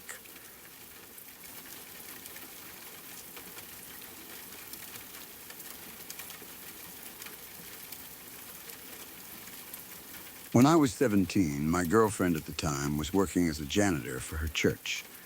It was not a full-time job or anything huge like that, but it was something she did to help out, especially after services or during the week when the building needed cleaning. She would go in during quiet hours, usually when nobody else was around, and she would sweep, mop, empty trash cans, clean the bathrooms, wipe down tables, and make sure the place looked ready for the next church event. One night, she had to work a night shift there, and I decided to go with her. I told myself I was just being helpful, but the truth was I mostly wanted to spend time alone with her. We were teenagers, and when you are that age, any excuse to be around the person you like feels worth taking. The church itself was already familiar to me, which made the whole thing feel normal at first. Oddly enough, I had gone to that same building when I was much younger, probably around 6 or 7 years old. Back then, it had been run by a different church group, so it was not exactly the same community my girlfriend was part of, but the building was the same. I remembered the layout pretty well. I remembered the sanctuary, the hallways, the classrooms, and the strange smell that old church buildings seemed to have, a mix of wood, carpet, cleaning supplies, paper, and age. Even years later, when I walked back inside, it felt like stepping into a piece of my childhood that had been left sitting there, waiting for me. There was a kid's playroom in the building, and that room was still there when my girlfriend started working there. I remembered it clearly from when I was little. It was the kind of room where the church kids would go during services or events, a space meant to keep them busy while the adults were doing church things. There were toys, little chairs, old shelves, maybe some books and games, and enough open floor space for kids to run around, even though they were probably not supposed to. When I was a child, I had spent a lot of time in that room. I could still picture myself there, much smaller, playing with other kids, not thinking about anything serious, not imagining that one day I would come back as a teenager and feel something completely different in that same space. That night, the building felt bigger than it should have.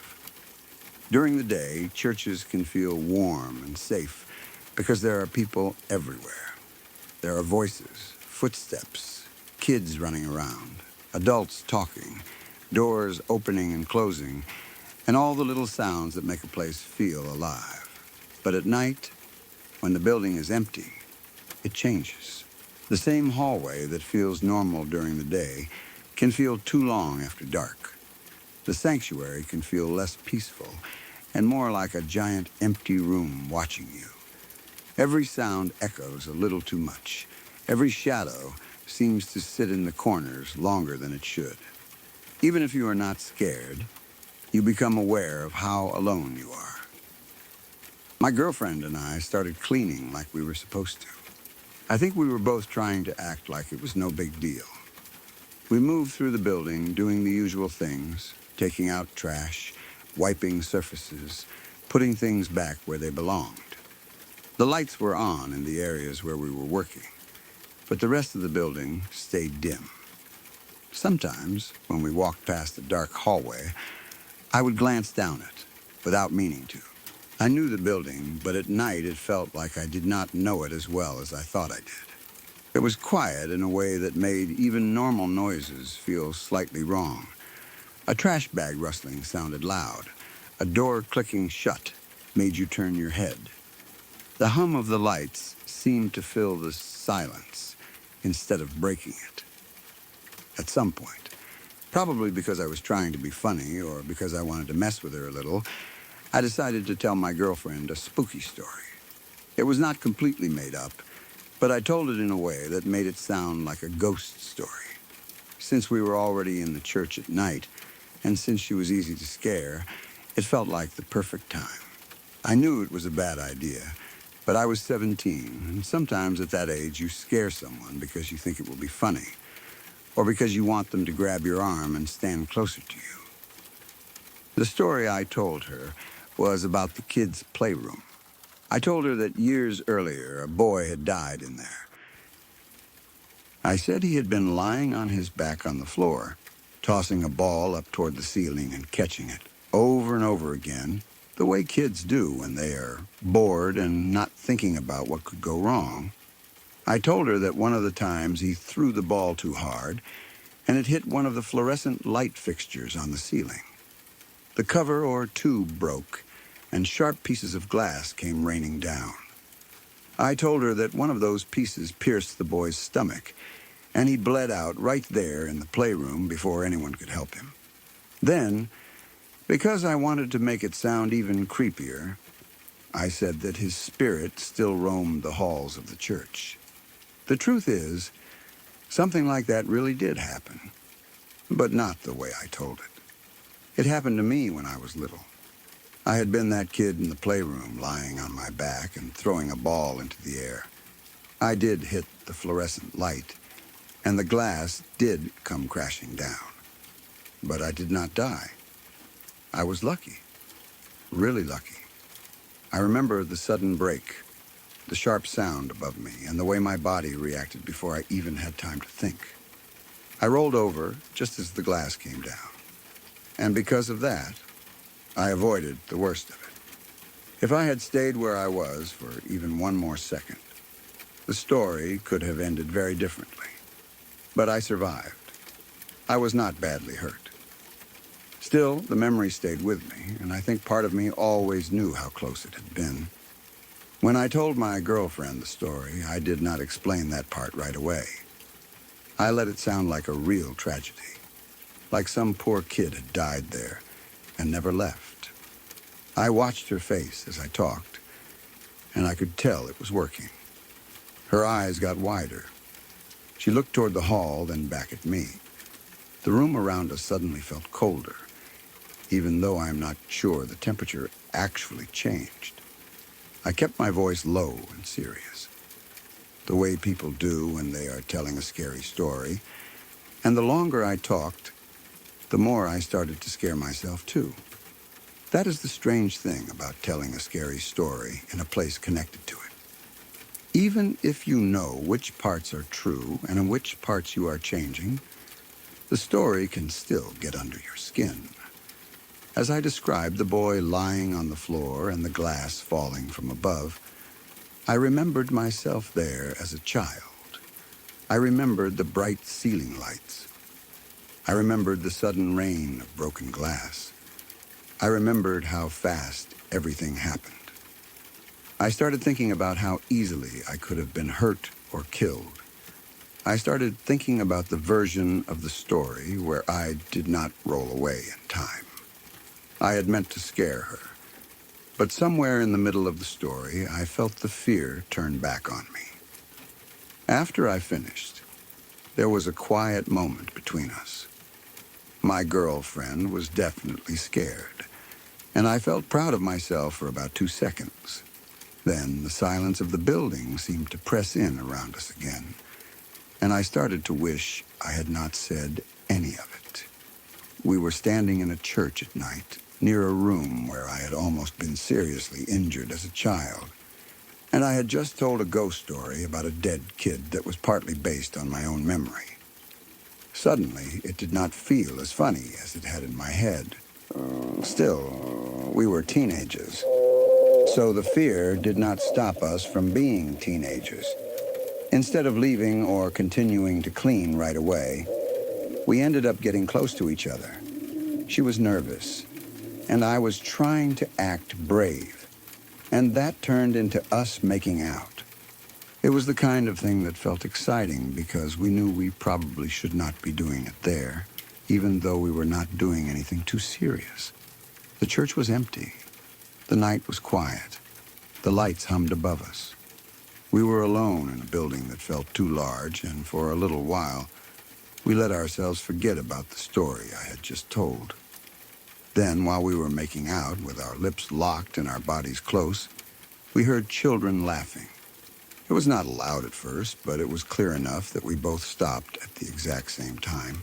It was not one of those moments where one person hears something and the other person has to be convinced. We both heard it. We both pulled away from each other and looked around. The sound was children's laughter, light and high, like a group of kids laughing somewhere nearby. But the strange part was that it did not seem to come from one direction. It was not coming from the hallway. It was not coming from the playroom. It was not coming from behind a door or from outside. It was like the laughter was in the air itself, all around us. That is the only way I know how to describe it. It sounded like it was floating in the space around us. Not near, not far, not above, not below. Just around. Like the building had suddenly filled with the sound of children laughing. But there were no children there. For a second, neither of us moved. We just stared at each other. And I could see that she was scared in a way that was not playful anymore. This was not the kind of scared where you laugh and say, "Stop messing with me." This was the kind of scared where your face changes because your brain is trying to understand something it cannot explain. I felt the same thing. My stomach dropped. The back of my neck went cold. Every part of me wanted to believe there was a normal explanation, but in that first moment, I could not think of one. The laughter faded, or maybe it stopped suddenly. I cannot remember exactly. I only remember the silence after it, and how wrong that silence felt. Before, the building had been quiet. Now it felt like something had just spoken through the quiet and then gone still again. I looked toward the sanctuary. My girlfriend looked toward the hallway. Neither of us said much at first. I think we were both waiting for the sound to happen again, because if it happened again, maybe we could figure out where it was coming from. We started checking the building. The first thing we thought of was the sanctuary speakers. Churches have sound systems, and sometimes people leave things on. Maybe there was a radio playing somewhere. Maybe a tape or CD had started somehow. Maybe the sound had come through the speakers from some leftover recording or some weird electrical issue. That was the most logical explanation, so we went to check.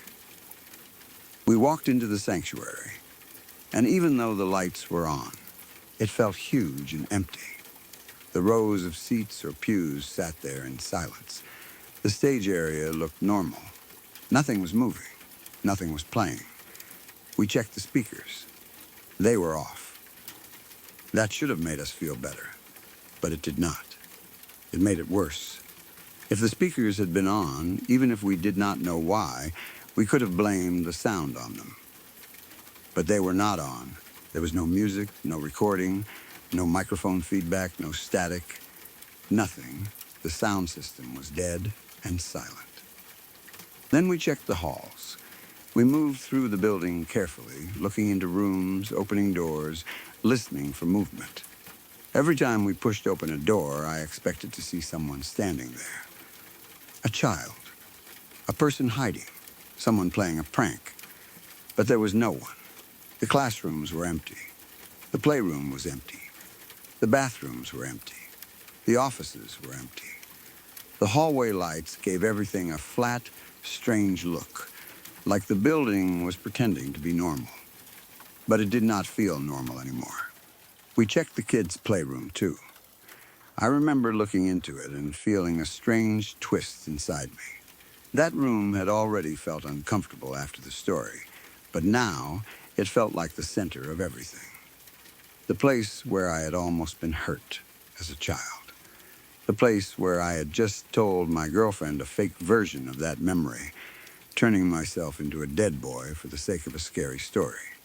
And now, right after that, we had heard children laughing from nowhere. There was nothing in the room. No kids, no toys moving, no ball bouncing across the floor, no broken glass, nothing dramatic or obvious, just an empty room. But I could not shake the feeling that if I stepped inside and looked up at the ceiling, I would see that old light fixture from my memory. Or maybe some mark that had been left behind from the day it broke. I do not know if there actually was any mark there after all those years. I only know that in that moment, the memory felt closer than it had in a long time. My girlfriend was terrified, and so was I. I did not want to admit it, especially not after I had been the one trying to scare her, but I was scared in a way I could not hide. We were both trying to be rational, but there was no easy answer. We had heard children laughing, both of us, at the same time, in an empty church at night, right after I had told a story about a child's spirit roaming the halls. That was the part that made it feel impossible to brush off. We stood there for a while, whispering and trying to make sense of it. Could it have been someone outside? Maybe. But the way the sound surrounded us did not feel like it came through a window. Could it have been kids somewhere else in the building? We checked. There was no one. Could it have been some kind of sound from the neighborhood? Maybe. But again, the sound had not felt distant or outside. It felt inside. It felt like it was in the air around our heads. Could it have been from a phone? I do not remember either of us having anything playing, and even if there had been a phone, the sound would have come from a direction. This did not. We finished what we had to do as fast as we could, or maybe we left some things half done. I honestly do not remember the cleaning part after that very clearly. I mostly remember the fear. I remember us staying close together as we moved through the church. I remember not wanting to turn my back on dark doorways. I remember listening for another laugh, another whisper, another sound that should not have been there. I remember feeling like the building was not empty anymore, even though every room we checked was empty. What bothers me most is that the laughter did not sound angry or threatening. It sounded like normal children laughing. That should have made it less scary, but it did not. In some ways, it made it worse. If we had heard a loud bang or a strange growl, we could have reacted to it as danger. But laughter is human. Laughter belongs to people.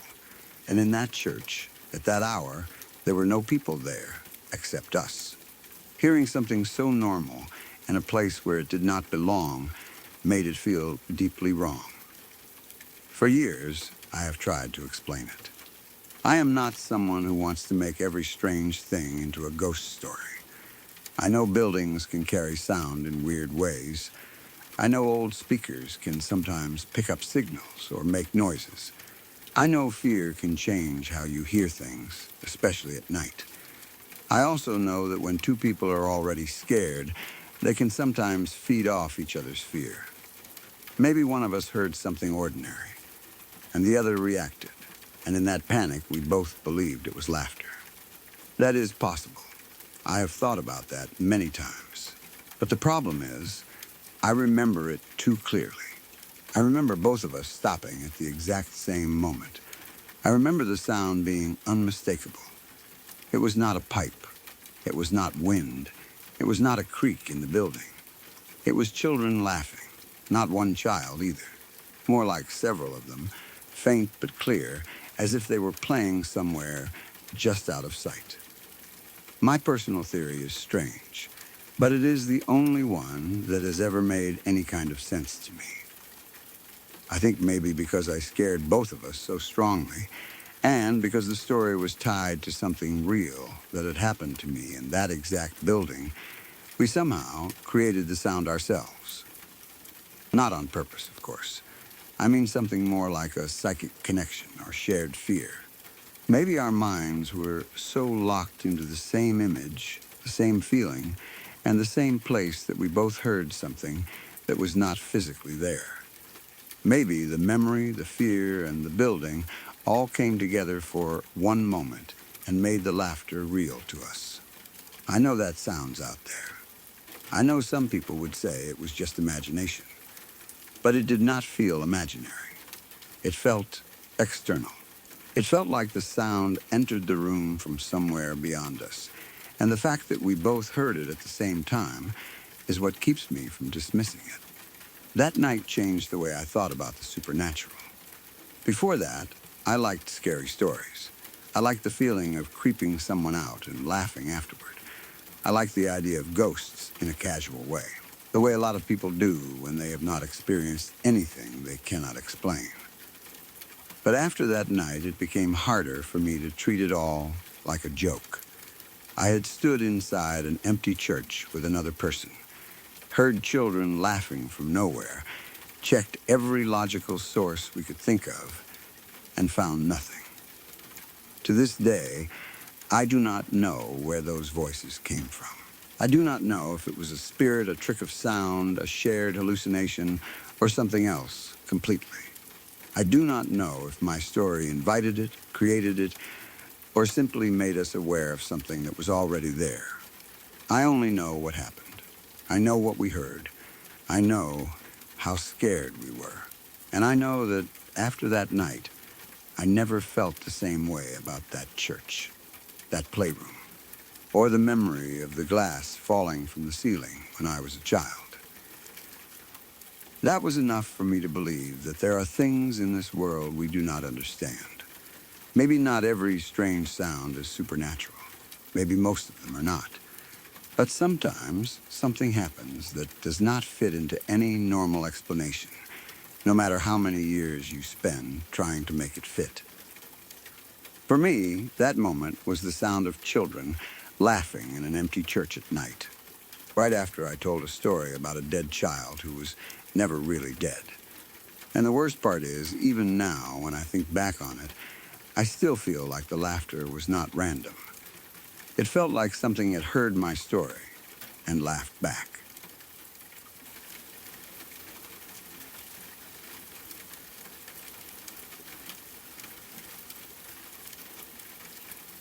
About a decade ago, I was house-sitting for my parents while they were away on vacation.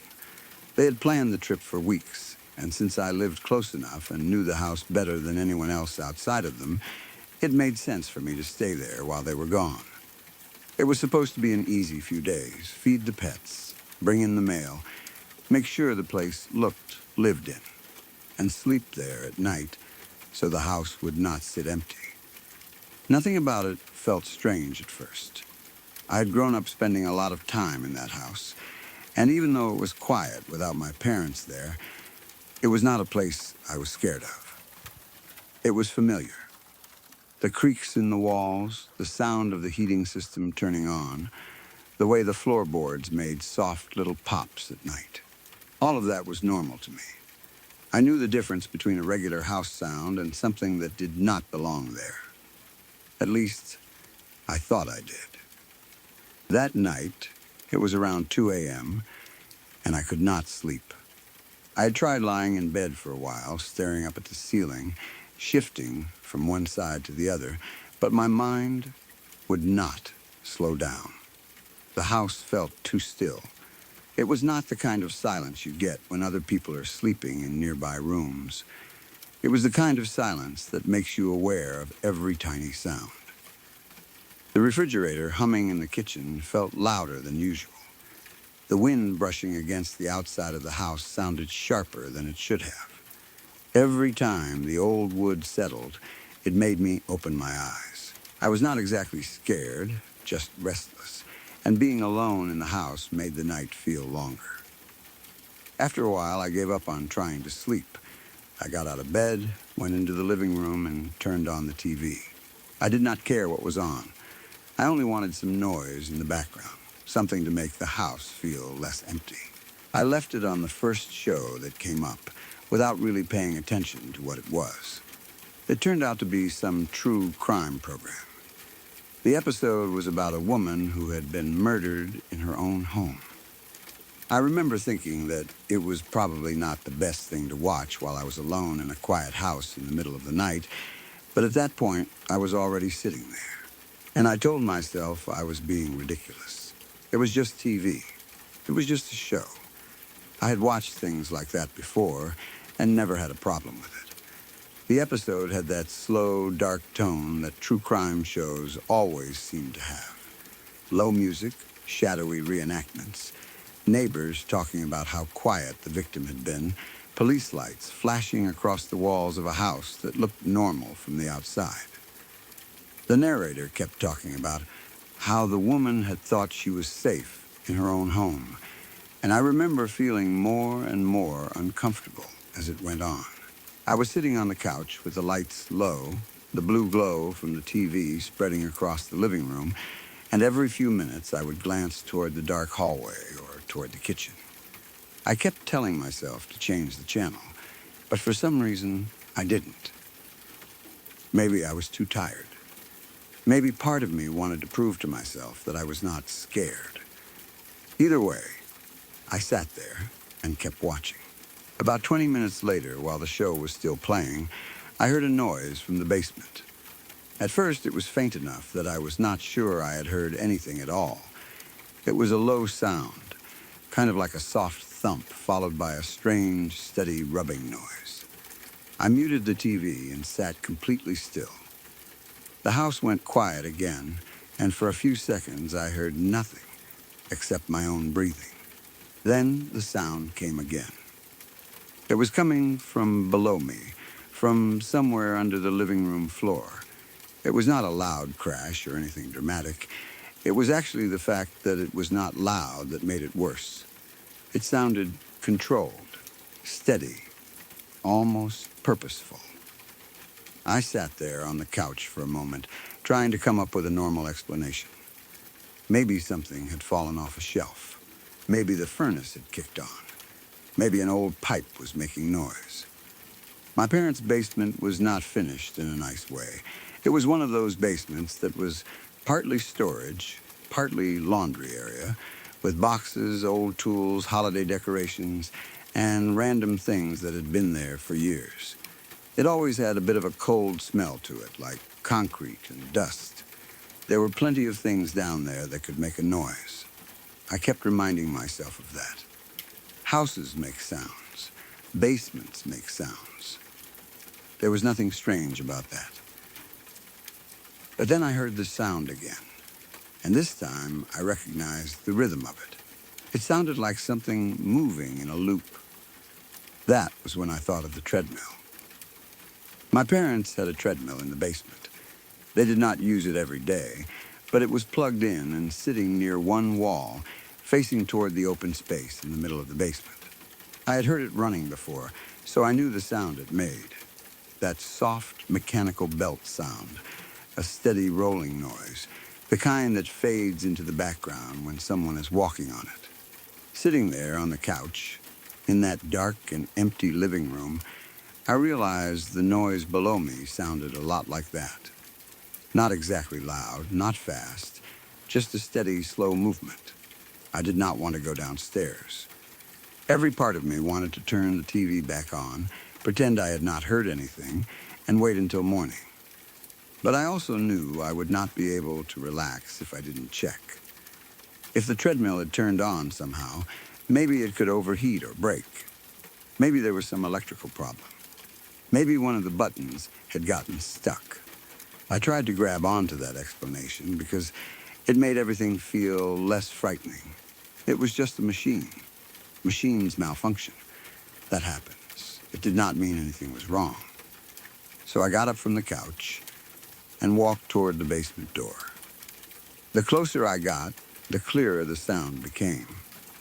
There was no doubt anymore. Something was moving down there. I stood with my hand on the basement door handle for a second, just listening. The noise was steady and slow, like someone walking at an easy pace. I remember feeling a cold pressure in my chest, the kind of fear that does not hit all at once, but slowly spreads through you. I opened the door and turned on the basement light. The stairs lit up in that harsh yellow way basement lights do, but the bottom still looked darker than it should have. I took one step down, then another. Each stair made a small creak under my weight. The sound of the treadmill grew louder with every step. It was definitely running. I could hear the belt sliding around and around. I could hear the low hum of the motor. I remembered gripping the railing harder than I needed to, trying to force myself to stay calm. I kept saying in my head, it's just the treadmill. It's just the treadmill. There is no one down there. When I reached the bottom of the stairs, I looked across the basement and saw it. The treadmill was on. No one was standing on it. No one was near it.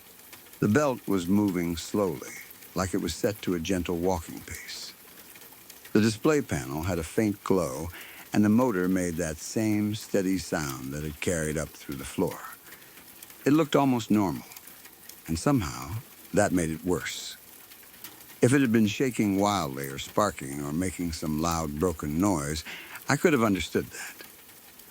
But it was not doing anything dramatic. It was simply running, calmly and steadily, as if someone had just stepped off it a second before I came down. I froze at the bottom of the stairs and stared at it. For a few moments, I could not make myself move. I looked around the basement, checking the corners, the laundry area, the space behind the shelves, even though I already knew I did not want to see anyone there. There was nobody. Nothing was out of place. No broken window. No open door. No sign that anyone had been inside. Just the treadmill, moving by itself in the middle of that cold basement. I walked toward it slowly, keeping my eyes on the rest of the room as much as on the machine. Every step felt too loud. I reached the treadmill and stared at the buttons. I don't remember exactly what the display showed, only that it was clearly powered on. The belt kept moving under the light, slow and smooth. I hit the stop button, and the belt slowed down until it finally stopped. The sudden silence after it shut off felt huge. It was like the basement had been holding its breath. I stood there for a minute, waiting for it to start again. It didn't. I checked the area around it, thinking maybe something had fallen against the controls. Nothing was there. I looked at the power cord, the floor around it, the panel, anything that might explain why it had turned on. I could not find anything. I told myself that maybe there had been a power flicker. Maybe the treadmill had some weird setting. Maybe my parents had left it in a mode that caused it to start up. I did not really believe any of those things, but I needed an explanation badly enough that I accepted the idea of a malfunction. I went back upstairs, turning off the basement light behind me and closing the door. The second I was back in the living room, the house felt different. It no longer felt like the house I knew. It felt like there were too many dark spaces around me. The hallway looked longer. The kitchen seemed too quiet. The corners of the room felt deeper. I sat back down on the couch, but I did not unmute the TV right away. The true crime show was still playing silently, showing the outside of a house at night. I remember seeing the image on the screen and feeling a sick little twist in my stomach. A story about a woman murdered in her home. And now I was sitting alone in my parents' house after something in the basement had turned itself on. I told myself again that it was nothing. I told myself that the timing was just bad. If I had been watching a comedy, maybe I would have laughed it off. Because I had been watching a murder story, my mind was turning it into something scary. That was all. I was tired. It was late. I was alone. The treadmill had probably glitched. In the morning, I would mention it to my parents, and my dad would probably say something practical about old electronics. I tried to breathe normally. I tried to make myself feel foolish for being so scared. For a few minutes, things were quiet. I left the TV on, but I barely watched it. I kept listening for the treadmill. Every little sound made me look toward the basement door. The furnace clicked once, and I almost jumped. A branch brushed the side of the house, and my heart started racing. I hated how nervous I had become. I hated that I could not stop imagining someone standing in the basement, watching me from the shadows before stepping away just as I came down the stairs. I knew there had been nobody there. I had checked. But that did not stop my mind from filling in the empty spaces. Then, a few minutes later, all the lights went off. Not just one lamp, not just the TV. Everything. The living room went completely black. It happened so fast that for half a second I did not even understand what had happened. One moment, the room had the dim glow of the TV and the soft light from a lamp. The next moment, there was nothing. Total darkness. The kind of darkness that feels heavy because your eyes have no time to adjust. The TV went silent. The hum of the house disappeared. I was sitting there in the black, alone, with the basement door somewhere behind me and that treadmill still fresh in my mind. That was the moment I lost every bit of courage I had been pretending to have. I did not sit there trying to figure it out. I did not calmly check the breaker box. I did not walk around with my phone flashlight and investigate like people do in movies. The second the lights went out, my body reacted before my brain could make a plan. I stood up so fast I almost tripped over the coffee table. My hands were shaking as I grabbed my phone. I remember the screen lighting up in my hand and feeling like that tiny square of light was the only safe thing in the entire house. I moved toward the front door as fast as I could. I did not run at first because I was trying not to panic, but after a few steps, I gave up and ran. I did not look toward the basement door. I did not look behind me. I did not want to know if there was a sound coming from the dark hallway or from the stairs. I just wanted to get outside. I fumbled with the lock, and for one horrible second, it felt like my fingers could not work right. Then the door opened and I stepped out into the night air.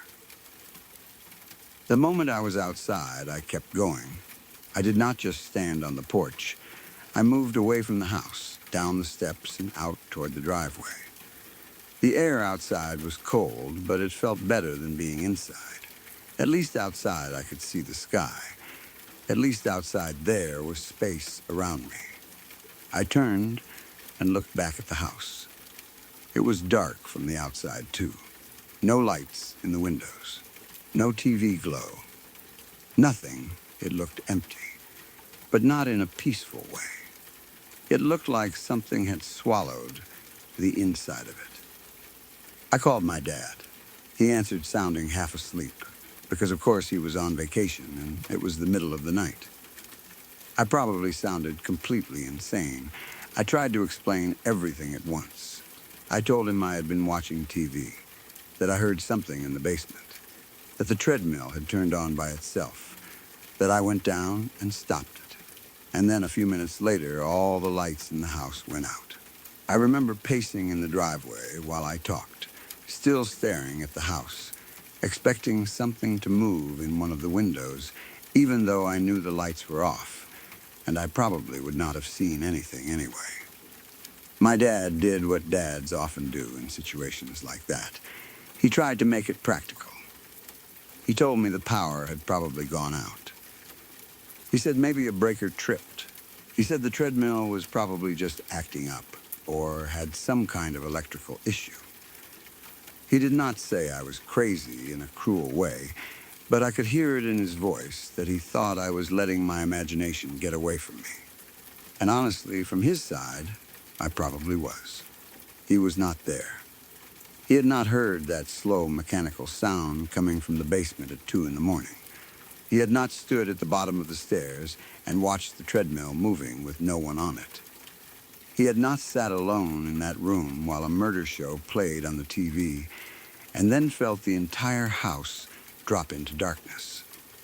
He tried to calm me down, but I was not going back inside right away.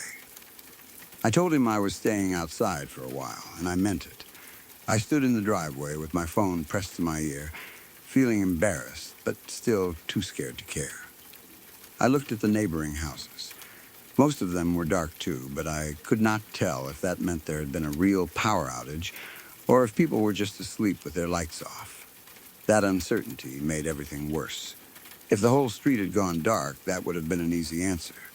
But from where I stood, I could not be sure. Eventually, I think I did notice that at least some outside lights in the area were off. Or maybe my dad convinced me enough that there was probably a normal explanation. I do not remember every detail after that because my nerves were so high. What I do remember is that I did not feel safe in that house anymore that night. Even if the lights had come back on right away, I would still have been listening for the treadmill. I would still have been thinking about the basement. I would still have been picturing the belt moving slowly in the dark, like someone invisible was walking on it. My dad later told me I was probably just freaked out because of the show I had been watching. He said true crime at 2 a.m. While alone in a house was a bad idea, and he was probably right about that part. I know how the mind can connect things that do not belong together. I know fear can make ordinary things feel bigger and darker than they are. Maybe the treadmill really did malfunction. Maybe the power really did go out because of something completely normal. Maybe those two things happened close together by pure chance, and because of the show on TV, my brain turned it into something more. But even now, years later, I cannot fully convince myself that it was only that. The thing that still bothers me is the timing. The treadmill did not just make a weird sound. It turned on and moved at a slow walking pace. Then, after I went down, saw it, stopped it, and came back upstairs, the lights went out only a few minutes later. Those two things together felt too strange. It felt like the house had been quiet all night until I started watching that story about a woman murdered in her home. Then, suddenly, something in the basement began moving by itself. Then, the whole house went black. Maybe it was all electrical. Maybe it was coincidence. But standing there in the dark, it did not feel like coincidence. It felt like something was happening around me, something I could not see and did not understand. I have thought about that night many times over the years. I have tried to explain it in a dozen normal ways. Old treadmill, faulty wiring, power surge, bad breaker, my own nerves, a tired mind at 2 a.m., after watching the worst possible thing on TV. Any one of those explanations could make sense on its own, but none of them have ever made the memory feel less strange. I can still hear that treadmill belt moving in the basement. I can still see the dim glow of the display panel. I can still remember the feeling of standing there at the bottom of the stairs, knowing I was alone in the house, but feeling like I had interrupted something. And I can still remember the exact second the lights went out. That is the part I will never forget. The sudden blackness, the silence, the way my fear turned from nervous thoughts into pure instinct. I did not care how silly I looked. I did not care that my dad thought I was overreacting. I ran out of that house because every part of me believed I needed to get out. Maybe nothing was there. Maybe nothing would have happened if I had stayed. But in that moment, the house did not feel empty anymore. Of course, my dad still thought I was crazy when I told him the full story later. My parents came back from vacation, and life went back to normal. The house did not suddenly become some haunted place where things happened every night. I do not remember the treadmill ever doing that again, at least not while I was there. The lights worked fine. Everything looked normal in daylight, the way scary places usually do. The basement was just a basement again. The treadmill was just a treadmill. The living room was just the living room. But for me, that house never felt exactly the same after that night. Even now, when I think about it, I can feel that old fear again. Not the kind of fear where something jumps out at you, but the slow kind that builds when small things happen in the wrong order. A murder story on the TV, a strange noise from below, a treadmill walking by itself in an empty basement, a few minutes of silence. Then, total darkness. It was one of the weirdest experiences of my life, and I still do not have a real answer for it. Maybe it was nothing more than bad timing and old electronics. Maybe my imagination did the rest. But I know what I heard. I know what I saw. And I know how it felt to stand outside in the driveway at 2 a.m, staring back at that dark house, trying to explain to my dad why I had just run out like something had chased me. The truth is, nothing did chase me. At least, nothing I could see.